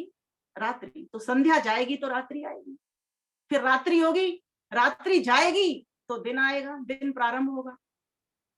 तो जो गृहस्थ का समय गया, अब उसके बाद वानप्रस्थ जीवन हमारे लिए आया है, कुछ करने के लिए आया है, न कि यह सोचने के लिए आया कि अब मैं क्या करूंगा, मुझे जो करना था, बच्चे हो गए, बच्चों के विवाह कर दिए मैंने, बच्चों के बच्चे हो गए, अब मुझे क्या करना। जय श्री राम। नहीं, असली कर्तव्य तो अब आपका प्रारंभ होता है अपने और अपने परिवार से परे समाज के निर्माण के लिए। पुराने जाते हैं, नए आते हैं, पत्ते देखो पेड़ों पर, पुराने झड़ रहे हैं, नए आ रहे हैं, गमन हो रहा है, आगमन हो रहा है। धूप आ रही है, फिर छांव भी आएगी, छांव आती है, धूप भी आती है, ऋतुएं बदलती हैं। ये सृष्टि का नियम है परिवर्तन होना। क्यों? क्योंकि ये प्रकृति से पूरा संसार बना हुआ। प्रकृति का तो धर्म ही परिणामिनी है। महर्षि पतंजलि क्या कहते हैं, ये जो प्रकृति है ये परिणाम धर्म वाली है। अब इसी को अपनी अवस्था में भी देखिए। शैशव आया, शैशव अर्थात बचपन आया, और बचपन के बाद किशोरावस्था आई, किशोरावस्था के बाद में युवावस्था आई। तो एक गया दूसरा आया, बचपन गया, किशोरावस्था आई, किशोरावस्था का गमन हुआ, युवावस्था आ गई, युवावस्था के बाद युवावस्था गई, फिर कैसी अवस्था आ गई, वृद्धावस्था आ गई। और हम जो चल रहे हैं, हमारी जो आयु वर्ग है वो वृद्धावस्था का है। अब आप इसको सोच करके दुखी हो जाओगे, जी मैं तो वृद्ध हो गया। नहीं जी, आप ये सोचिए ना, आप वृद्ध को आयु से तौलते हो, आप वृद्ध को अपने ज्ञान से, अनुभव से तौलना प्रारंभ करिए। कितना आप वृद्ध हुए हो और कितना आप जब वृद्ध हो गए हो ज्ञान से और अनुभव से, तो कितना समाज का कल्याण कर सकते हो। आपको वो अनुभव है जो 50 वर्ष के व्यक्ति को नहीं होता, 50 से छोटे व्यक्ति को नहीं होता। आपको वो ज्ञान है जो 50 से छोटे व्यक्ति को नहीं होता, 55 से छोटे व्यक्ति को नहीं होता। क्यों? क्योंकि आपने वो दुनिया देख ली है, आपने वो बच्चे बना के भी देख लिए, आपने वो ब्रह्मचर्य काल भी देख लिया, आपने सारी विद्याएं भी पढ़ ली। इसीलिए अब आपका जो निर्माण होगा वो उन गृहस्थियों के जिन्होंने बच्चों को निर्माण किया उनसे भी अधिक कल्याणकारी होगा। क्यों? क्योंकि वो संकुचित थे, वो सीमित थे, और आप उस असीम को जाने के लिए अपनी बाहें फैला रहे हो। आप उस असीम को पाने के लिए, उस असीम की ओर जाने के लिए आप समाज के, राष्ट्र के कल्याण में लग चुके हो। इसीलिए मुनि, मुनि कहा जाता है उसको जो 50-55 से ऊपर का व्यक्ति हो जाता है, मनन करता है, मैं अपने समाज को क्या दूं, क्या दे सकता हूं। अपनी ओर देखता है, फिर समाज की ओर देखता है, अपनी ओर देखता है, फिर समाज की ओर देखता है। मैंने अब तक किया तो क्या किया, सिर्फ बच्चे पाले, आगे मैंने क्या किया, कहां तक मैं बढ़ा, किस तरीके से मैं जीवन जीऊं। संसार में तो ये सारा परिवर्तन होता रहेगा। यहाँ संसार में कोई अपना नहीं है, कोई मेरा नहीं है, सब एक जैसे हैं, सब हमारे अपने जैसे हैं, सब वसुधैव कुटुंबकम, सब एक कुटुंब है, और एक वसुधा, पूरी वसुधा हमारा एक परिवार है, कुटुंब है। तो तब ऐसे काल में फिर क्या करें, जब इतनी समझ आ जाती है हमको, तब फिर समाज का कोई ना कोई काम हाथ में ले। अब मैं आपका ध्यान वहां पर लेकर के जा रही हूँ कि किस तरीके से जो वानप्रस्थी बन गए, अर्थात जो 50-55 को पार कर गए, उसके बाद चले गए, क्योंकि यहाँ पर बात कहने का तभी मेरा महत्व बनेगा कि जब आप उस आयु वर्ग पर हो। इसलिए मैंने इस विषय को चुना। ये मन में प्रश्न भी आ सकता है कि विषय क्यों लिया। मैंने इसीलिए विषय लिया कि क्या हम वो काम कर पा रहे हैं या सिर्फ ये अंतरजालीय कार्यक्रमों में ही हम बोल करके इतश्री कर लेते हैं और अपनों के साथ अपनों के बीच में ही कर लेते हैं, जिनको हम अपना कहते हैं। कभी हमने जिनको हमने पराया समझ रखा था, कभी हमने उनको अपना बनाने की, अपना कहने की, अपना सोचने की हिमाकत की है? कई बार अगर आप बैठोगे तो इस प्रकार के प्रश्न उठाइए, क्योंकि आप अब उस काल में हो, उस आयु वर्ग में विचरण कर रहे हो। 50 के बाद एक ठहराव आ जाना चाहिए। घर में तो हरी बरी और करी, जल्दी जल्दी जल्दी ये भी कर लिया, वो भी कर लिया, मार्केट भी हो ली, मॉल में भी हो ली, पिक्चर हॉल में भी पहुंच गए। बड़ी चिंता में ये भी टेंशन, वो भी टेंशन, ये भी टेंशन, वो भी टेंशन, इसमें भी लग लिए। करी खूब खाया, जम के मसाला खाया, तला खाया, चुपड़ा खाया, खूब खाया। लेकिन ये जो काल आया है, ठहरने का काल आया। जहां ठहराव है वहीं ठिकाना है, और जहां ठिकाना है वहीं आपका ठौर है। इसीलिए किसी और को ठिकाने मत लगाइए, स्वयं अपने आप को ठिकाने लगाइए। मेरा ठिकाना क्या है, मेरा ठौर क्या है, मेरी मंजिल क्या है, क्या मैं उन कामों को हाथ में लेके कर रहा हूं? इस प्रकार के चिंतन को उठाइए, विचार को उठाइए और सोच को सकारात्मक बना लीजिए पूरी तरीके से। अपना मेरा सब खत्म, नकारात्मक वृत्ति सब खत्म। किसी ने मेरा मान किया, अपमान किया, अरे जब रूप नहीं रहा, रंग नहीं रहा, आंखों में झुर्री आ गई, बाल सफेद हो गए, कमर टेढ़ी हो गई, चितकारा जी सब कुछ ऐसा हो गया जब बदन, तो फिर काय को चिंता कर रहा है? अब कोई मान करे अपमान करे, भैया जो कहेगा सच्चाई कहेगा। मेरे पास तो इतना धन भी नहीं है, मेरे पास तो ऐसा रूप भी नहीं है, तो जो कहेगा वो सच्चाई कहे, किस लिए बुरा मानना? इस प्रकार से सोचे। सकारात्मक सोच वाला व्यक्ति बहुत बड़ा, क्योंकि अब उसे और चिंतन नहीं करना उस विषय पर कि किसी ने मुझे क्या कहा। अब वो आगे आगे और बढ़ जाए, समाज के कल्याण के लिए लग जाए, समाज के निर्माण में काम लगाएगा, समय लगाएगा वो अपना। और क्या सोचे? इच्छाएं सीमित करे।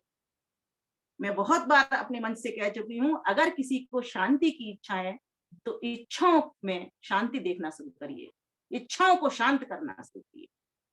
कितने भी इच्छाएं पाल लो, कभी पूरी हुई नहीं। भोगा न भुगता वयमेव भुगता, तृष्णा न जीवना वयमेव जीर्णा, तपो न तप्यम वयमेव तप्ता, कालो न यातो वयमेव याता। इसको कैसे भी आप घुमा फिरा के कह लीजिए, 4 पंक्तियां अपने में अपूर्ण रहती है, सभी की सभी पूर्ण रहती हैं। कभी आदमी की तृष्णा ये मिटेगी नहीं, हाय हाय हाय तो अरे गृहस्थता तब तक का कर्म था, अब तो इस हाय हाय को बाय बाय बाय बाय कर दो चिटकारा जी। किस लिए हाय हाय?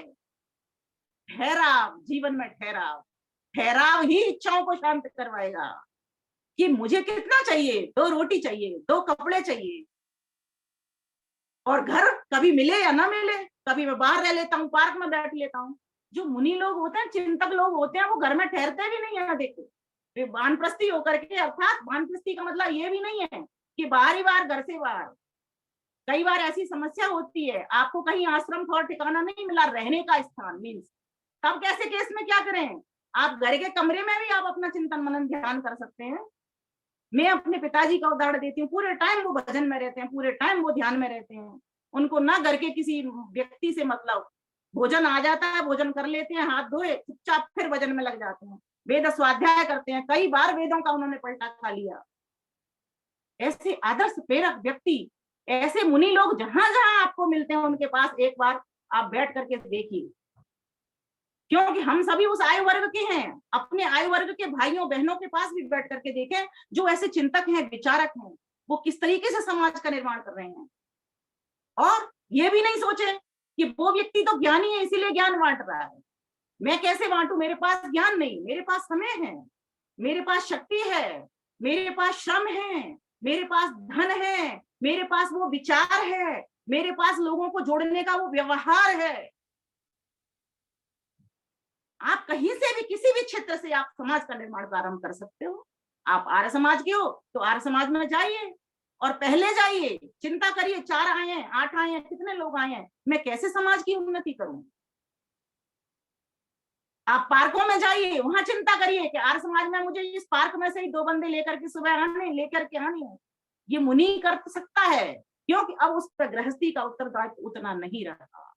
हाँ, घर में जाएगा, पोते पोतियां होंगे, उनके साथ खेलेगा, उनको प्रेरणा देगा, उनको शिक्षा करेगा। ऐसा नहीं है वो घर को त्याग देगा पूरी तरीके से, लेकिन उसके मन के भीतर घर नहीं होगा। अब वो उसी तरीके से अपने पोते पोतियों के साथ खेलेगा जैसे वो पार्क में मिलते हुए पोते पोतियों के साथ खेलता था। ये आगमन काल है, इसका स्वागत करिए, माला पहनाइए, इसका वर्ण करिए। वाह रे प्रभु, अगर तू ये आगम काल हमें नहीं दिखाता, ये मुनि काल हमको नहीं देता, ये वानप्रस्थ आश्रम में जीने की कला नहीं सिखाता, तो मैं तो यही समझता कि मुझे तो बच्चे पैदा किए, धन कमाया और मर गए, काम खत्म हो गया मेरा, मैं तो यहीं तक सीमित रह जाता। समाज पर बोझ नहीं, समाज के लिए शक्ति जताया, समाज के लिए ओज भरें, बोझ नहीं ओज भरें। लिखते जाइए, बहुत कीमती नुक्ते अंदर से निकलते चले जा रहे हैं।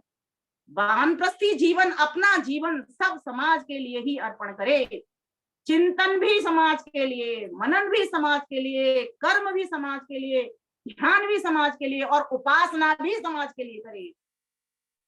ईश्वर के पास भी समाज के लिए बैठे कि प्रभु मेरे हाथों में और शक्ति दे दो, अच्छी शक्ति दे दो, जिससे मैं समाज के कल्याण के कामों को हाथ में लेकर के समाज को कुछ दे सकूं। अन्यथा तो मेरा जीवन पशु पक्षियों की भांति है, मैंने फिर किया तो क्या,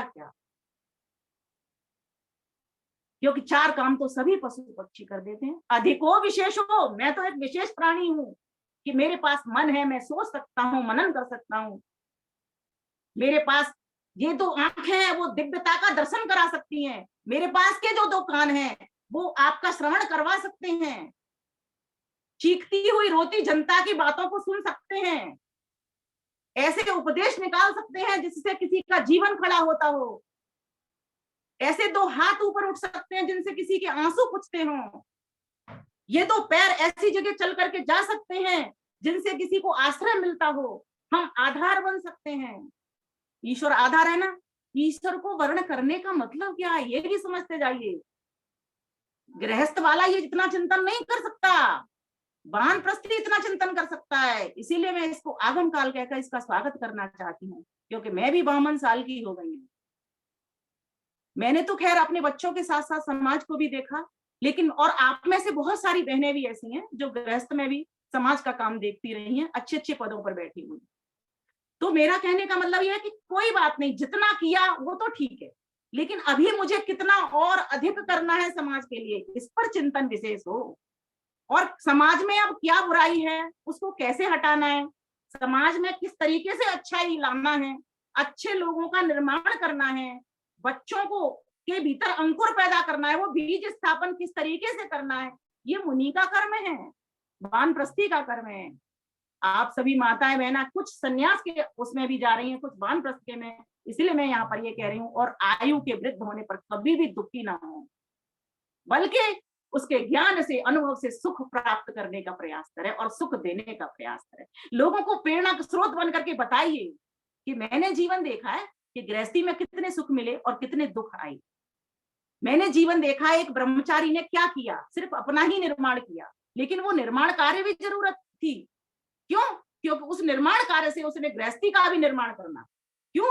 क्योंकि उस गृहस्थी के निर्माण के बाद में उसको समाज का निर्माण भी करना। क्यों? क्योंकि उसके समाज के निर्माण से उसको आगे संन्यास का निर्माण भी करना। इसीलिए सारे आश्रम बहुत सुंदर हैं। जो जो आश्रम मिलता जाए उसको हंस हंस करके स्वागत करना चाहिए, फंस कर नहीं। मेरे साथ बोलेंगे, फंस कर नहीं, हंसकर स्वागत करिए। जो स्थिति आई, जो परिस्थिति आई, ये सोच करके स्वागत करिए कि आज ही आई है, कल नहीं रहेगी। अगर खुशी आई है तो भी पहले से वैराग्य उठा लीजिए, ये आज खुशी आई है और कल नहीं रहेगी, इसलिए दुखी नहीं होना। और दुख आया तो इसीलिए ये सोच लीजिए कि आज ये दुख आया, ये कल नहीं रहेगा। हर स्थिति में कोई व्यक्ति ना तो रहता है और ना रह सकता है, इसलिए प्रसन्न हो जाइए, क्योंकि हम देख रहे हैं ईश्वर जो कुछ करता है अच्छा ही करता है। मानव तू परिवर्तन से काहे को डरता है। मानव तू परिवर्तन से काहे को डरता है, वो दाना ही फलता है जो खाक में मिल जाए। बहुत त्याग करना पड़ता है मुनि को, ध्यान देना। घर छोड़ा है उसने, पत्नी छोड़ी है, कई बार तो पति पत्नी मिल जाते हैं, ऐसी भी व्यवस्था है। हमारे यहाँ वृद्धाश्रम की तो कोई व्यवस्था थी ही नहीं, हमारे यहाँ तो वानप्रस्थ आश्रम है जो ज्येष्ठ है और श्रेष्ठ है। इसीलिए पत्नी भी जाए तो अच्छी बात है, वो भी साधना करे, और अगर घर में छोड़ गई है तो भी कोई बात नहीं। बहुत त्याग करना पड़ता है, इंद्रियों पर नियंत्रण रखना पड़ता है। और ये एक कर्म स्थली है, ये कर्म करने का आश्रम है। वो दाना ही फलता है जो खाक में मिल जाए, सहे पथिक जो काटे वो ही मंजिल अपनी पाए। भट्टी में पड़कर सोने का रंग निखरता है, मानव तू परिवर्तन से काहे को डरता है, मानव तू परिवर्तन से काहे को डरता है। जब से दुनिया बनी है तब से रोज बदलती है, जो शय आज यहाँ है कल वो आगे चलती है। देख के अदला बदली तू, देख के अदला बदली तू आहे क्यों भरता है, मानव तू परिवर्तन से काहे को डरता है, मानव तू परिवर्तन से काहे को डरता है। कितनी लंबी रात हो फिर भी दिन तो आएगा, जल में कमल खिलेगा फिर से वो मुस्काएगा। देता है जो कष्ट वही कष्टों को हरता है, मानव तू परिवर्तन से काहे को डरता है, मानव तू परिवर्तन से काहे को डरता है। बचपन में हम इस गीत को इतना अधिक गाया था, पथिक जी लिखते थे इसको, गीत को लिखा था उन्होंने, और वो स्वयं भी गाया करते थे संगीत के ऊपर। हमने उनसे सीख लिया था ये, एक बार कार्यक्रम में मिले, तब से हमने बहुत इस गीत को गाया। और वास्तव में एक ऐसा वैराग्य उठा देता है, सृष्टि में परिवर्तन होगा जब हमारी अवस्था समान नहीं रही। आपको एक बात तो, हम प्रतिक्षण मर रहे हैं लेकिन इस पिंड में मर रहे हैं, इसीलिए आपको पता नहीं चलता। पता कब चलता है? जब हम अपना 7 वर्ष पहला पुराना फोटो देखते हैं, अरे हम वैसे तो नहीं है, सब चेंज हो गया। बचपन में हम कितने सुंदर थे, फिर 7 साल के बाद का फोटो देखिए कैसे थे, थोड़े अलग तरह के।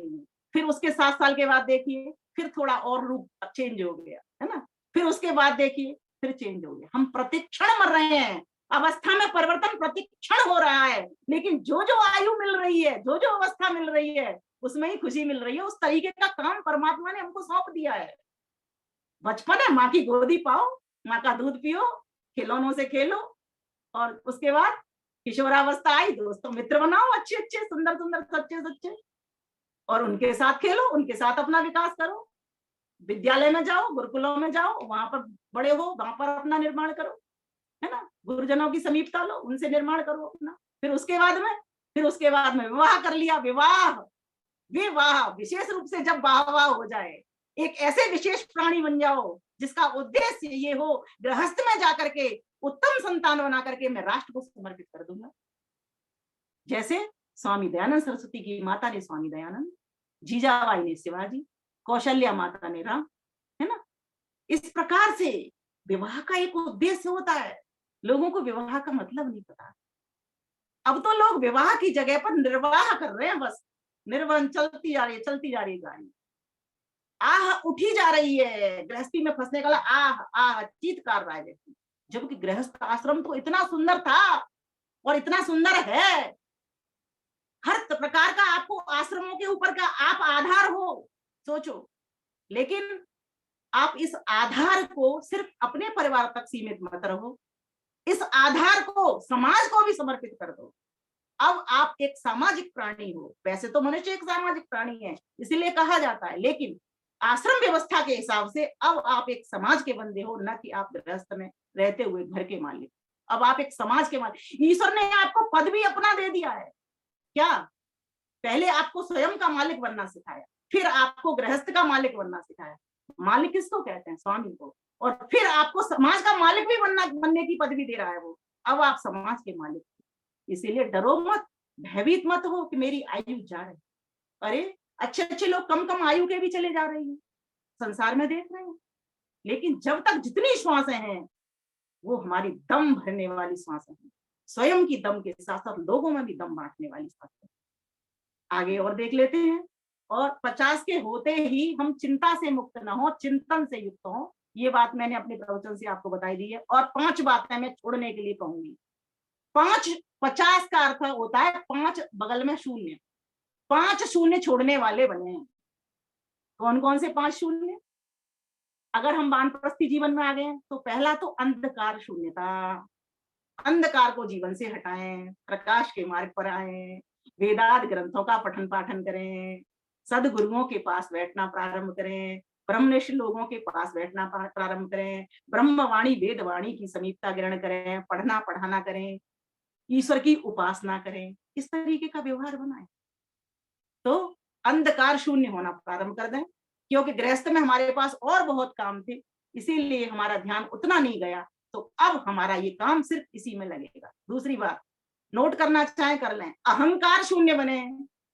मेरा था नहीं कस्य धनम, ये धन तो सारा परमेश्वर का है, मालिक तो वही है, बड़ा मालिक। तो हम छोटे छोटे मालिक बन के इतरा जाते हैं और कहते हैं जी मेरा धन, मेरी वस्तु, मेरे बच्चे, मेरा पति, मेरी पत्नी, इसी के ऊपर इतरा जाते हैं।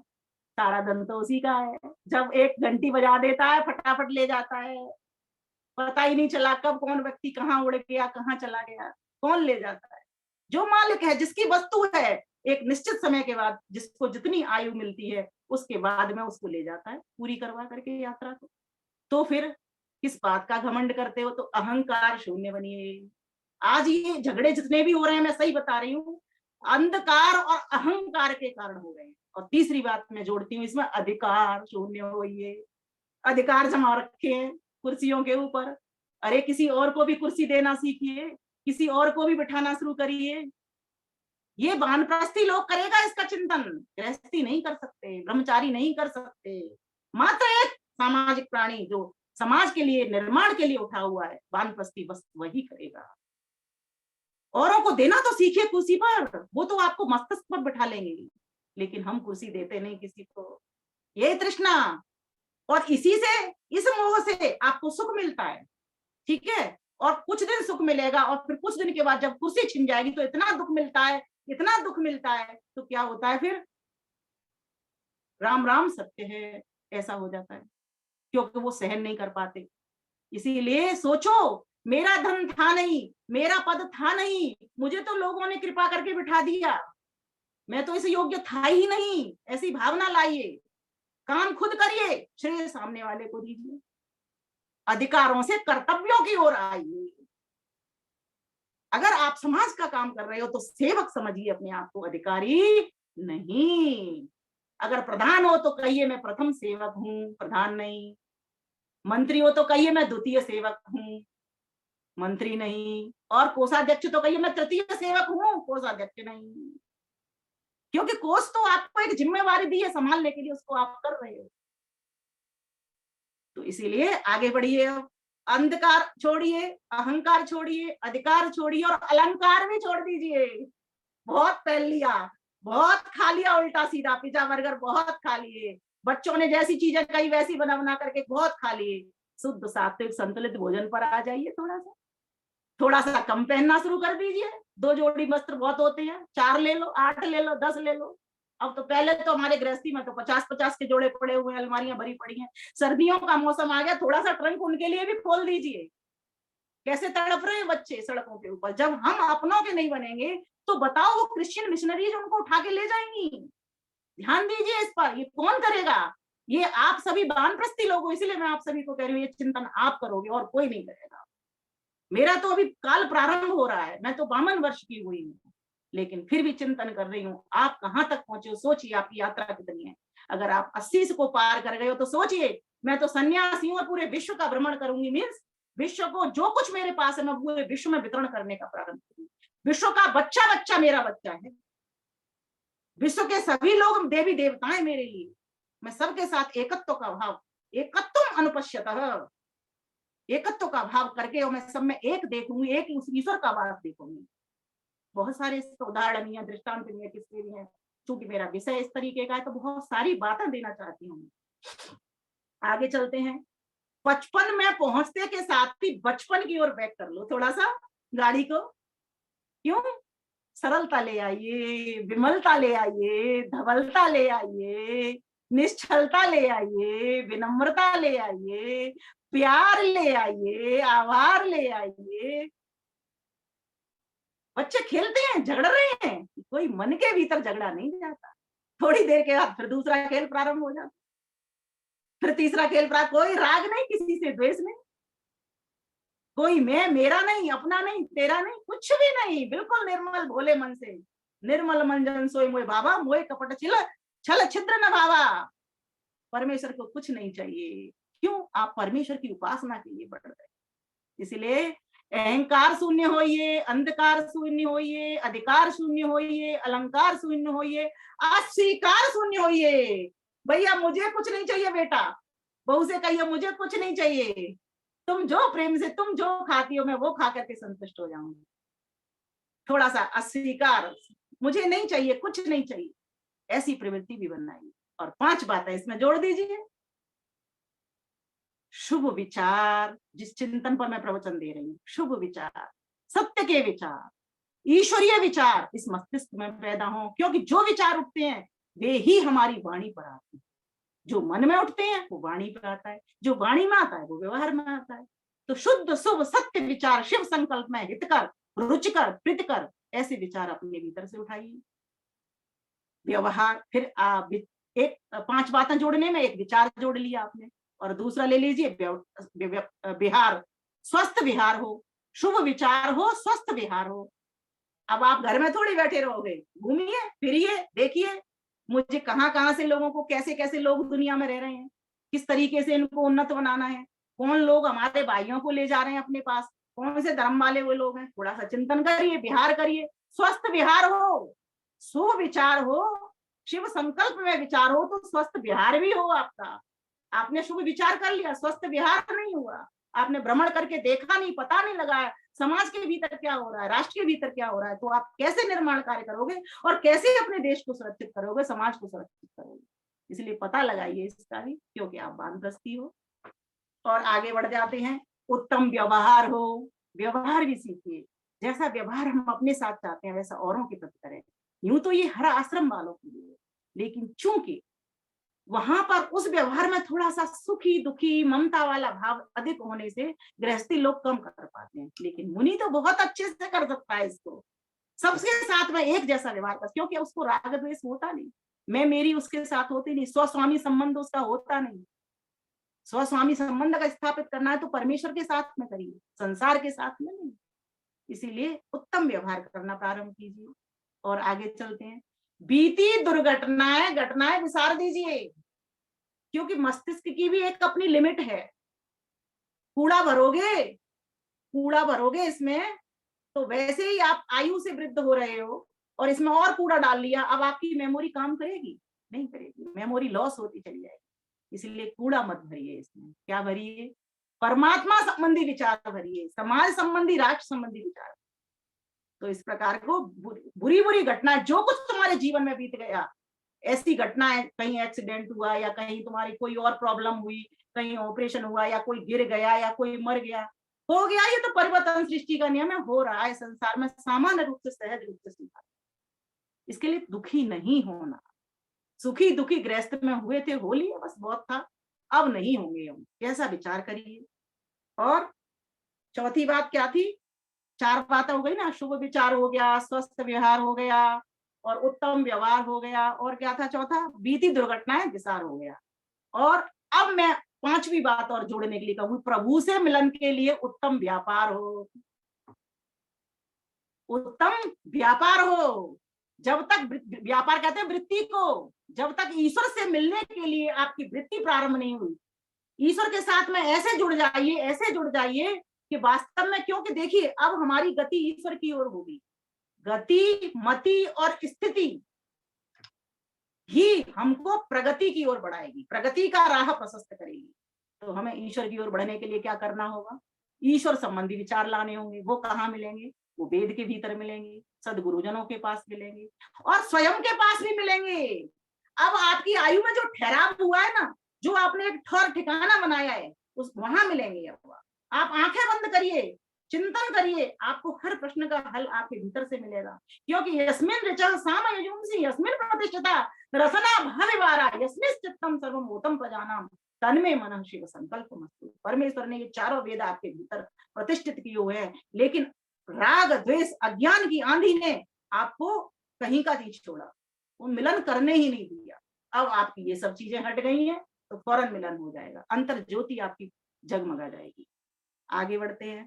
मुझे समय का आज पता नहीं चलेगा क्योंकि मेरा मोबाइल नहीं बता रहा है, तो मुझे ओम की ध्वनि एक बार कर देंगे जितेंद्र भाई, तभी मैं रुक पाऊंगी, नहीं तो मैं तो बोलती ही चली जाऊंगी, कितना भी टाइम हो जाएगा। ओम। अच्छा, हो चुका है, मुझे नहीं पता क्योंकि मेरे पास दूसरा मोबाइल नहीं है आज और घड़ी सामने नहीं है, इसीलिए तो मैं यहीं पर अपनी बात को, और आगे की मैं जो बात कर रही हूँ, जो व्यापार हो हमारा एकाग्र से निरुद्ध की हो। क्योंकि ये जो स्थिति बनी है हमारी, पहले गृहस्थ में क्षिप्त थी, कभी मूढ़ थी, कभी विक्षिप्त थी, और अब एक एकाग्र की स्थिति में हम आ गए, स्थित प्रज्ञ हो गए हैं। तो एकाग्र की स्थिति ही जो स्थिति है वही आपको शांति की ओर ले जाएगी, अर्थात निरुद्ध की ओर ले जाएगी, अर्थात परमेश्वर के पास ले जाएगी, परमेश्वर के परमानंद को दिलाने वाली। तो सुबह शाम एक एक घंटा अपने लिए, और मैं तो कहती हूँ मुनि का तो जीवन चिंतन मनन के साथ साथ आत्मनिरीक्षण परीक्षण के साथ साथ ध्यान और उपासना का ही होता है। अपना भोजन भी करेगा तो ब्रह्मार्पणम ब्रह्मवीर ब्रह्माग्नौ ब्रह्मणाहुतम ब्रह्मैव तेन गंतव्यम ब्रह्म कर्म समाधिना बोलते हुए करेगा जितेंद्र भाई। तो आप और हम दोनों मुनि की अवस्था को प्राप्त कर रहे हैं। अभी हमारा प्रारंभिक काल है और यहाँ तो हमको आशीर्वाद देने के लिए सभी हमसे बड़े बड़े अनुभवी लोग बैठे हुए हैं, विद्वान विदुषियां बैठी हुई हैं। तो सभी को नमन वंदन करते हुए एक निवेदन करना चाहूंगी, आओ मेरे साथ थोड़ा सा, संध्या का समय, संध्या ही समझ लो। गंगा तीरे हिमगिरि शिला बद्ध पद्मासनस्य ब्रह्म ध्याना व्यसन विधिना योगनिद्रां गतस्य किं तैर्भाव्यं मम सुदिवसै यत्र ते निर्विशंका कंडूयन्ते जरठ हरिणा स्वांगमंगे मदीये। हे प्रभु, मेरे वे दिन कब आएंगे जब मैं गंगा के किनारे और हिमगिरि शिला पर बैठ करके तेरे ही ध्यान में मदमस्त हो करके और समाधि को लगाऊं। हे प्रभु, वे दिन कब आएंगे जब बूढ़े बूढ़े, जब मैं समाधि में मगन हो जाऊंगा तो बूढ़े बूढ़े हिरण आकर के मेरे शरीर को खुजला करके मुझसे आनंद की प्राप्ति करेंगे। हे प्रभु, उन दिनों की मैं चाहत करता हूँ।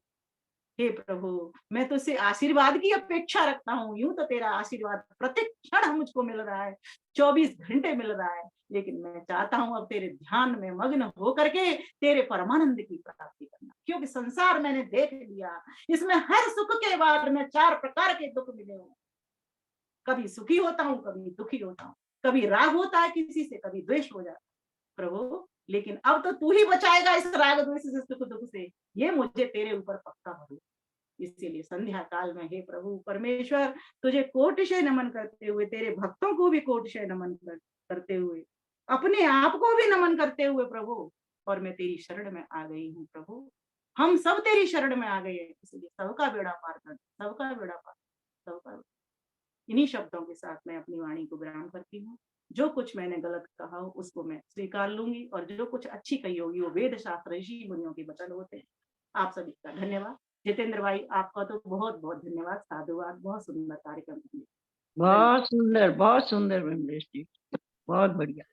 बहुत बहुत धन्यवाद बहन विमलेश जी के लिए, बहुत बहुत बधाई। जितेंद्र जी का बहुत बहुत स्वागत। नमस्ते नमस्ते। बहुत बहुत धन्यवाद आदरणीय दर्शनाचार्य विमलेश बंसल जी, बहुत सुंदर उद्बोधन, बहुत सुंदर संदेश। 55 और 50 की जो उम्र है और आपने वास्तव में सोचने के लिए विवश कर दिया, हमें आगे उधर ही बढ़ना है और उस भूमिका को आपने तैयार कर दिया आज के इस व्याख्यान के द्वारा।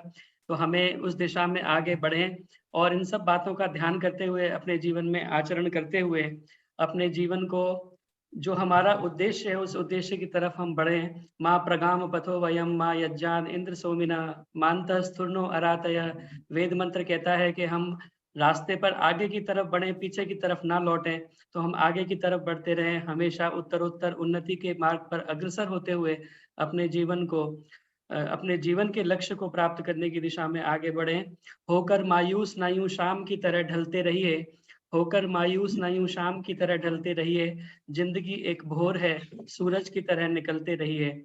जिंदगी एक भोर है, सूरज की तरह निकलते रहिए। आइए अपने जीवन को भी प्रकाशित करें, औरों के जीवन में भी प्रकाश लाने का प्रयास करें। बहुत बहुत धन्यवाद सुंदर संदेश के लिए। और मैं लोगों के कमेंट पढ़ रहा था, बहुत सभी लोग सुन करके बहुत आनंद का अनुभव कर रहे थे और बहुत सुंदर संदेश सभी ने लिखे हैं। गागर में सागर आपने इस छोटे से संक्षिप्त उद्बोधन में भरा, बहुत बहुत धन्यवाद। आइए, जैसा हम देख रहे थे हमारे मध्य में आदरणीय भ्राता लखनलाल आर्य जी, आर्य रत्न हमारे मध्य आज उपस्थित हैं। पहली बार उनका जो है हमें सानिध्य यहाँ पर प्राप्त हो रहा है इस कार्यक्रम में। इस कार्यक्रम के साथ जुड़ने के लिए बहुत बहुत स्वागत। मेरी उनसे प्रार्थना है 2 शब्द अपने आशीर्वाद के आप कहें। बहुत सारा कार्य करते हैं आप और प्रतिदिन कार्यक्रम चलाना 7:45 बजे कोई सामान्य बात नहीं है। बहुत बड़े बड़े विद्वानों को सभी को उसमें आमंत्रित करते हैं। तो इतना पुरुषार्थ आप जो कर रहे हैं और भी विभिन्न प्रकल्प आपके माध्यम से चलते हैं, तो आपका बहुत बहुत स्वागत। 2 शब्द आशीर्वाद आप कहें और उसके बाद में हमारे मध्य में आदरणीय हमारे शिव कुमार टुटेजा जी उपस्थित हैं, उनका भी आशीर्वाद प्राप्त होगा। फिर शांति पाठ और उसके पश्चात यह मंच खुलेगा। 2-3 मिनट के लिए आप अनौपचारिक चर्चा कर पाएंगे। आदरणीय लखनलाल जी और सम्मानी विमल बंसल जी, बहन जी का व्याख्यान हमेशा की तरह उत्तम ही रहता है। और जितेंद्र जी, जो आप आर जगत के लिए जो उपकार कर रहे हैं, जो पुरुषार्थ कर रहे हैं इस कार्यक्रम के माध्यम से, आज देखा जब मैं जुड़ा था 75 लोग जुड़े हुए थे और काफी अच्छा लग रहा था। और हम सब आप ही लोगों से ये प्रेरणा लेकर के कार्य कर पा रहे हैं। और आगामी 25 दिसंबर को सम्मानित विमलेश बंसल जी का हमारे गृह जनपद में कार्यक्रम है, यज्ञ की ब्रह्मा है वो। और विनोद कुमार बंसल जी जो भाई साहब मुख्य वक्ता के रूप में ललितपुर में आ रहे हैं, उनका स्वागत है। जितने भी लोग यहाँ जुड़े हुए हैं, मैं कार्यक्रम को अपनी शुभकामनाएं देने के साथ एक निवेदन करूंगा कि प्रतिदिन, जैसा कि जितेंद्र जी ने बताया है कि एक कार्यक्रम चलता है, आपका लिंक यही रहेगी। जितेंद्र जी की सौजन्य से इस समय हम उस कार्यक्रम को संचालित कर पा रहे हैं, तो आप सभी लोग इसी लिंक पे, कुसुम भंडारी जी मेरी बात सुन रही है ना, ये लिंक यही रहेगा, समय 8 से 9 रहेगा। और आपका नंबर नहीं, इसलिए मैं आपको कॉल भी नहीं कर पा रहा था, कहाँ है आप। तो मैं चाहता हूँ कि सभी आर जगत के लोग जुड़े रहें। और जो बचपन की जो चर्चा हुई वानप्रस्थ की ओर, हम सभी को जाना चाहिए। और निश्चित रूप से उस ऋषि दयानंद के इतने उपकार हमारे ऊपर हैं, अगर हम उन ऋणों से उड़न होना चाहते हैं तो जहां भी मौका मिले, जब भी आपको अवसर मिले, आप महर्षि दयानंद सरस्वती और आर्य समाज की चर्चा करें, तभी जीवन में और आनंद आएगा। ओम शम। बहुत बहुत बधाई जितेंद्र जी आपको, आपने समय दिया। बहुत बहुत धन्यवाद भ्राताश्री, आप इस कार्यक्रम के साथ में जुड़े और आपका हमें संक्षिप्त मार्गदर्शन प्राप्त हुआ। आइए, मेरी प्रार्थना आदरणीय हमारे अब मुझे पूर्व प्रधान सोच करके कहना पड़ता है, नहीं तो उनके लिए हमेशा प्रधान ही निकलता है मुंह से। आदरणीय शिव कुमार टुटेजा जी, आप कृपया आशीर्वाद दें, सभी का धन्यवाद करें और उसके पश्चात शांति पाठ करके हम इस कार्यक्रम का समापन करेंगे। प्रधान जी को मेरी नमस्ते। प्रधान जी को मेरी नमस्ते। मैंने पत्रक देखा था आदरणीय लखनलाल जी का, तो मैं सोच रहा था आप वहां चल के जाएंगी ललितपुर में। जी जी, ऑफलाइन कार्यक्रम है। वाह, नहीं 10 घंटे का रास्ता है, 500 किलोमीटर से ज्यादा है। बहुत सुंदर। भाई साहब ने पहले टिकट थमा दी है, जी इसीलिए मना जितेंद्र जी, बहुत अच्छा है। हमने पहले टिकट बना के दे दिया कि आने में कोई दिक्कत ना होने पाए। जी जी जी, बहुत चलिए, बहुत बढ़िया, अच्छा बहुत बढ़िया। कार्यक्रम के लिए बहन जी का इतना स्नेह प्रेम है कि देशी उनका बहुत प्रेम ऐसी सुंदर। सर्दी में खींच के ला रहा है हमारे यहाँ। जी जी, बिल्कुल, निश्चित रूप से। बहुत बहुत शुभकामनाएं, अग्रिम शुभकामनाएं इस कार्यक्रम के लिए। आइए, प्रधान जी श्री शिव कुमार टुटेजा जी अपना आशीर्वाद दें, फिर शांति पाठ करेंगे।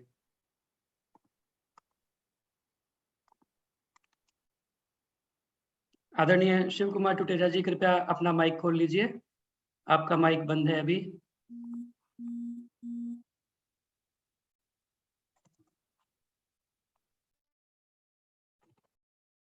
कृपया माइक खोल लें।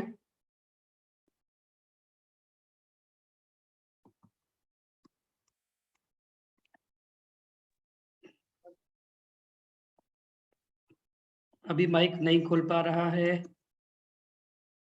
हाँ, वीडियो भी ऑफ हो गया। दोनों बटनों को एक बार टच कर दीजिए, माइक वाला भी और कैमरा वाला भी, दोनों ही बंद हैं अभी इस समय आपके।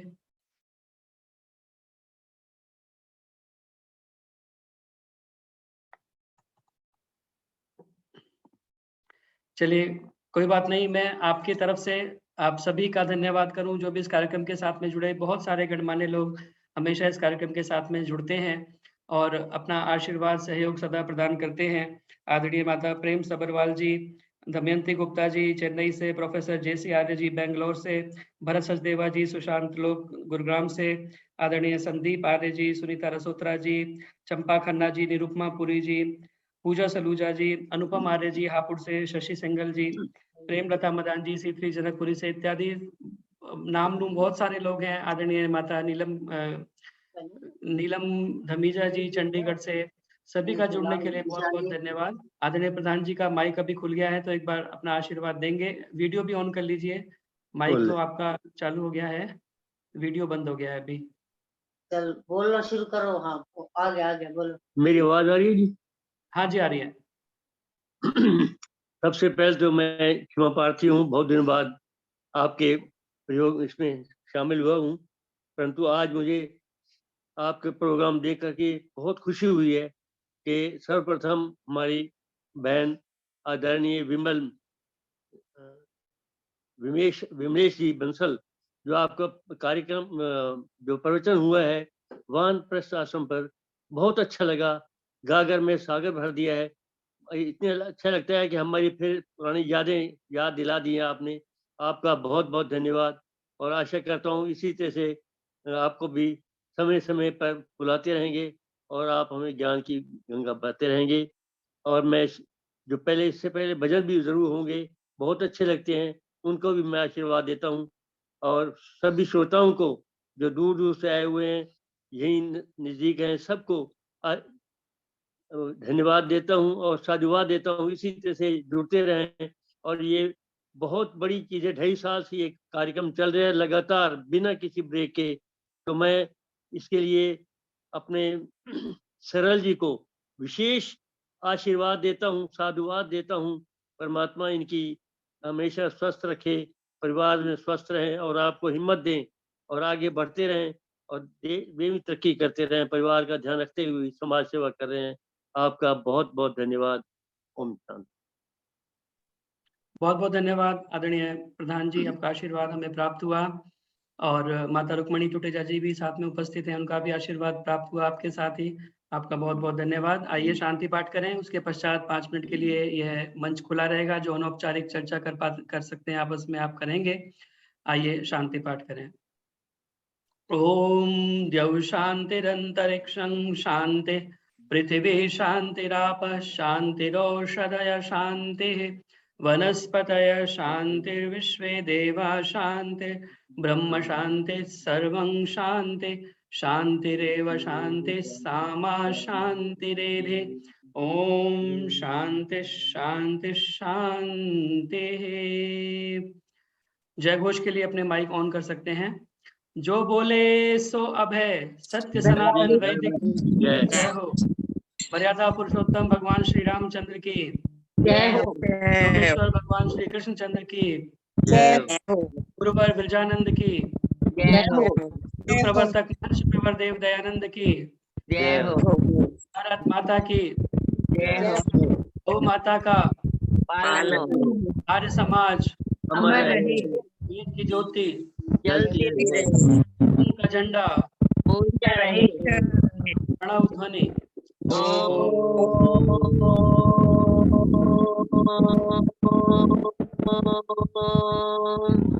वैदिक अभिवादन आप सबको, सब प्रेम नमस्ते। नमस्ते जी, सबको नमस्ते जी, नमस्ते सभी को, नमस्ते।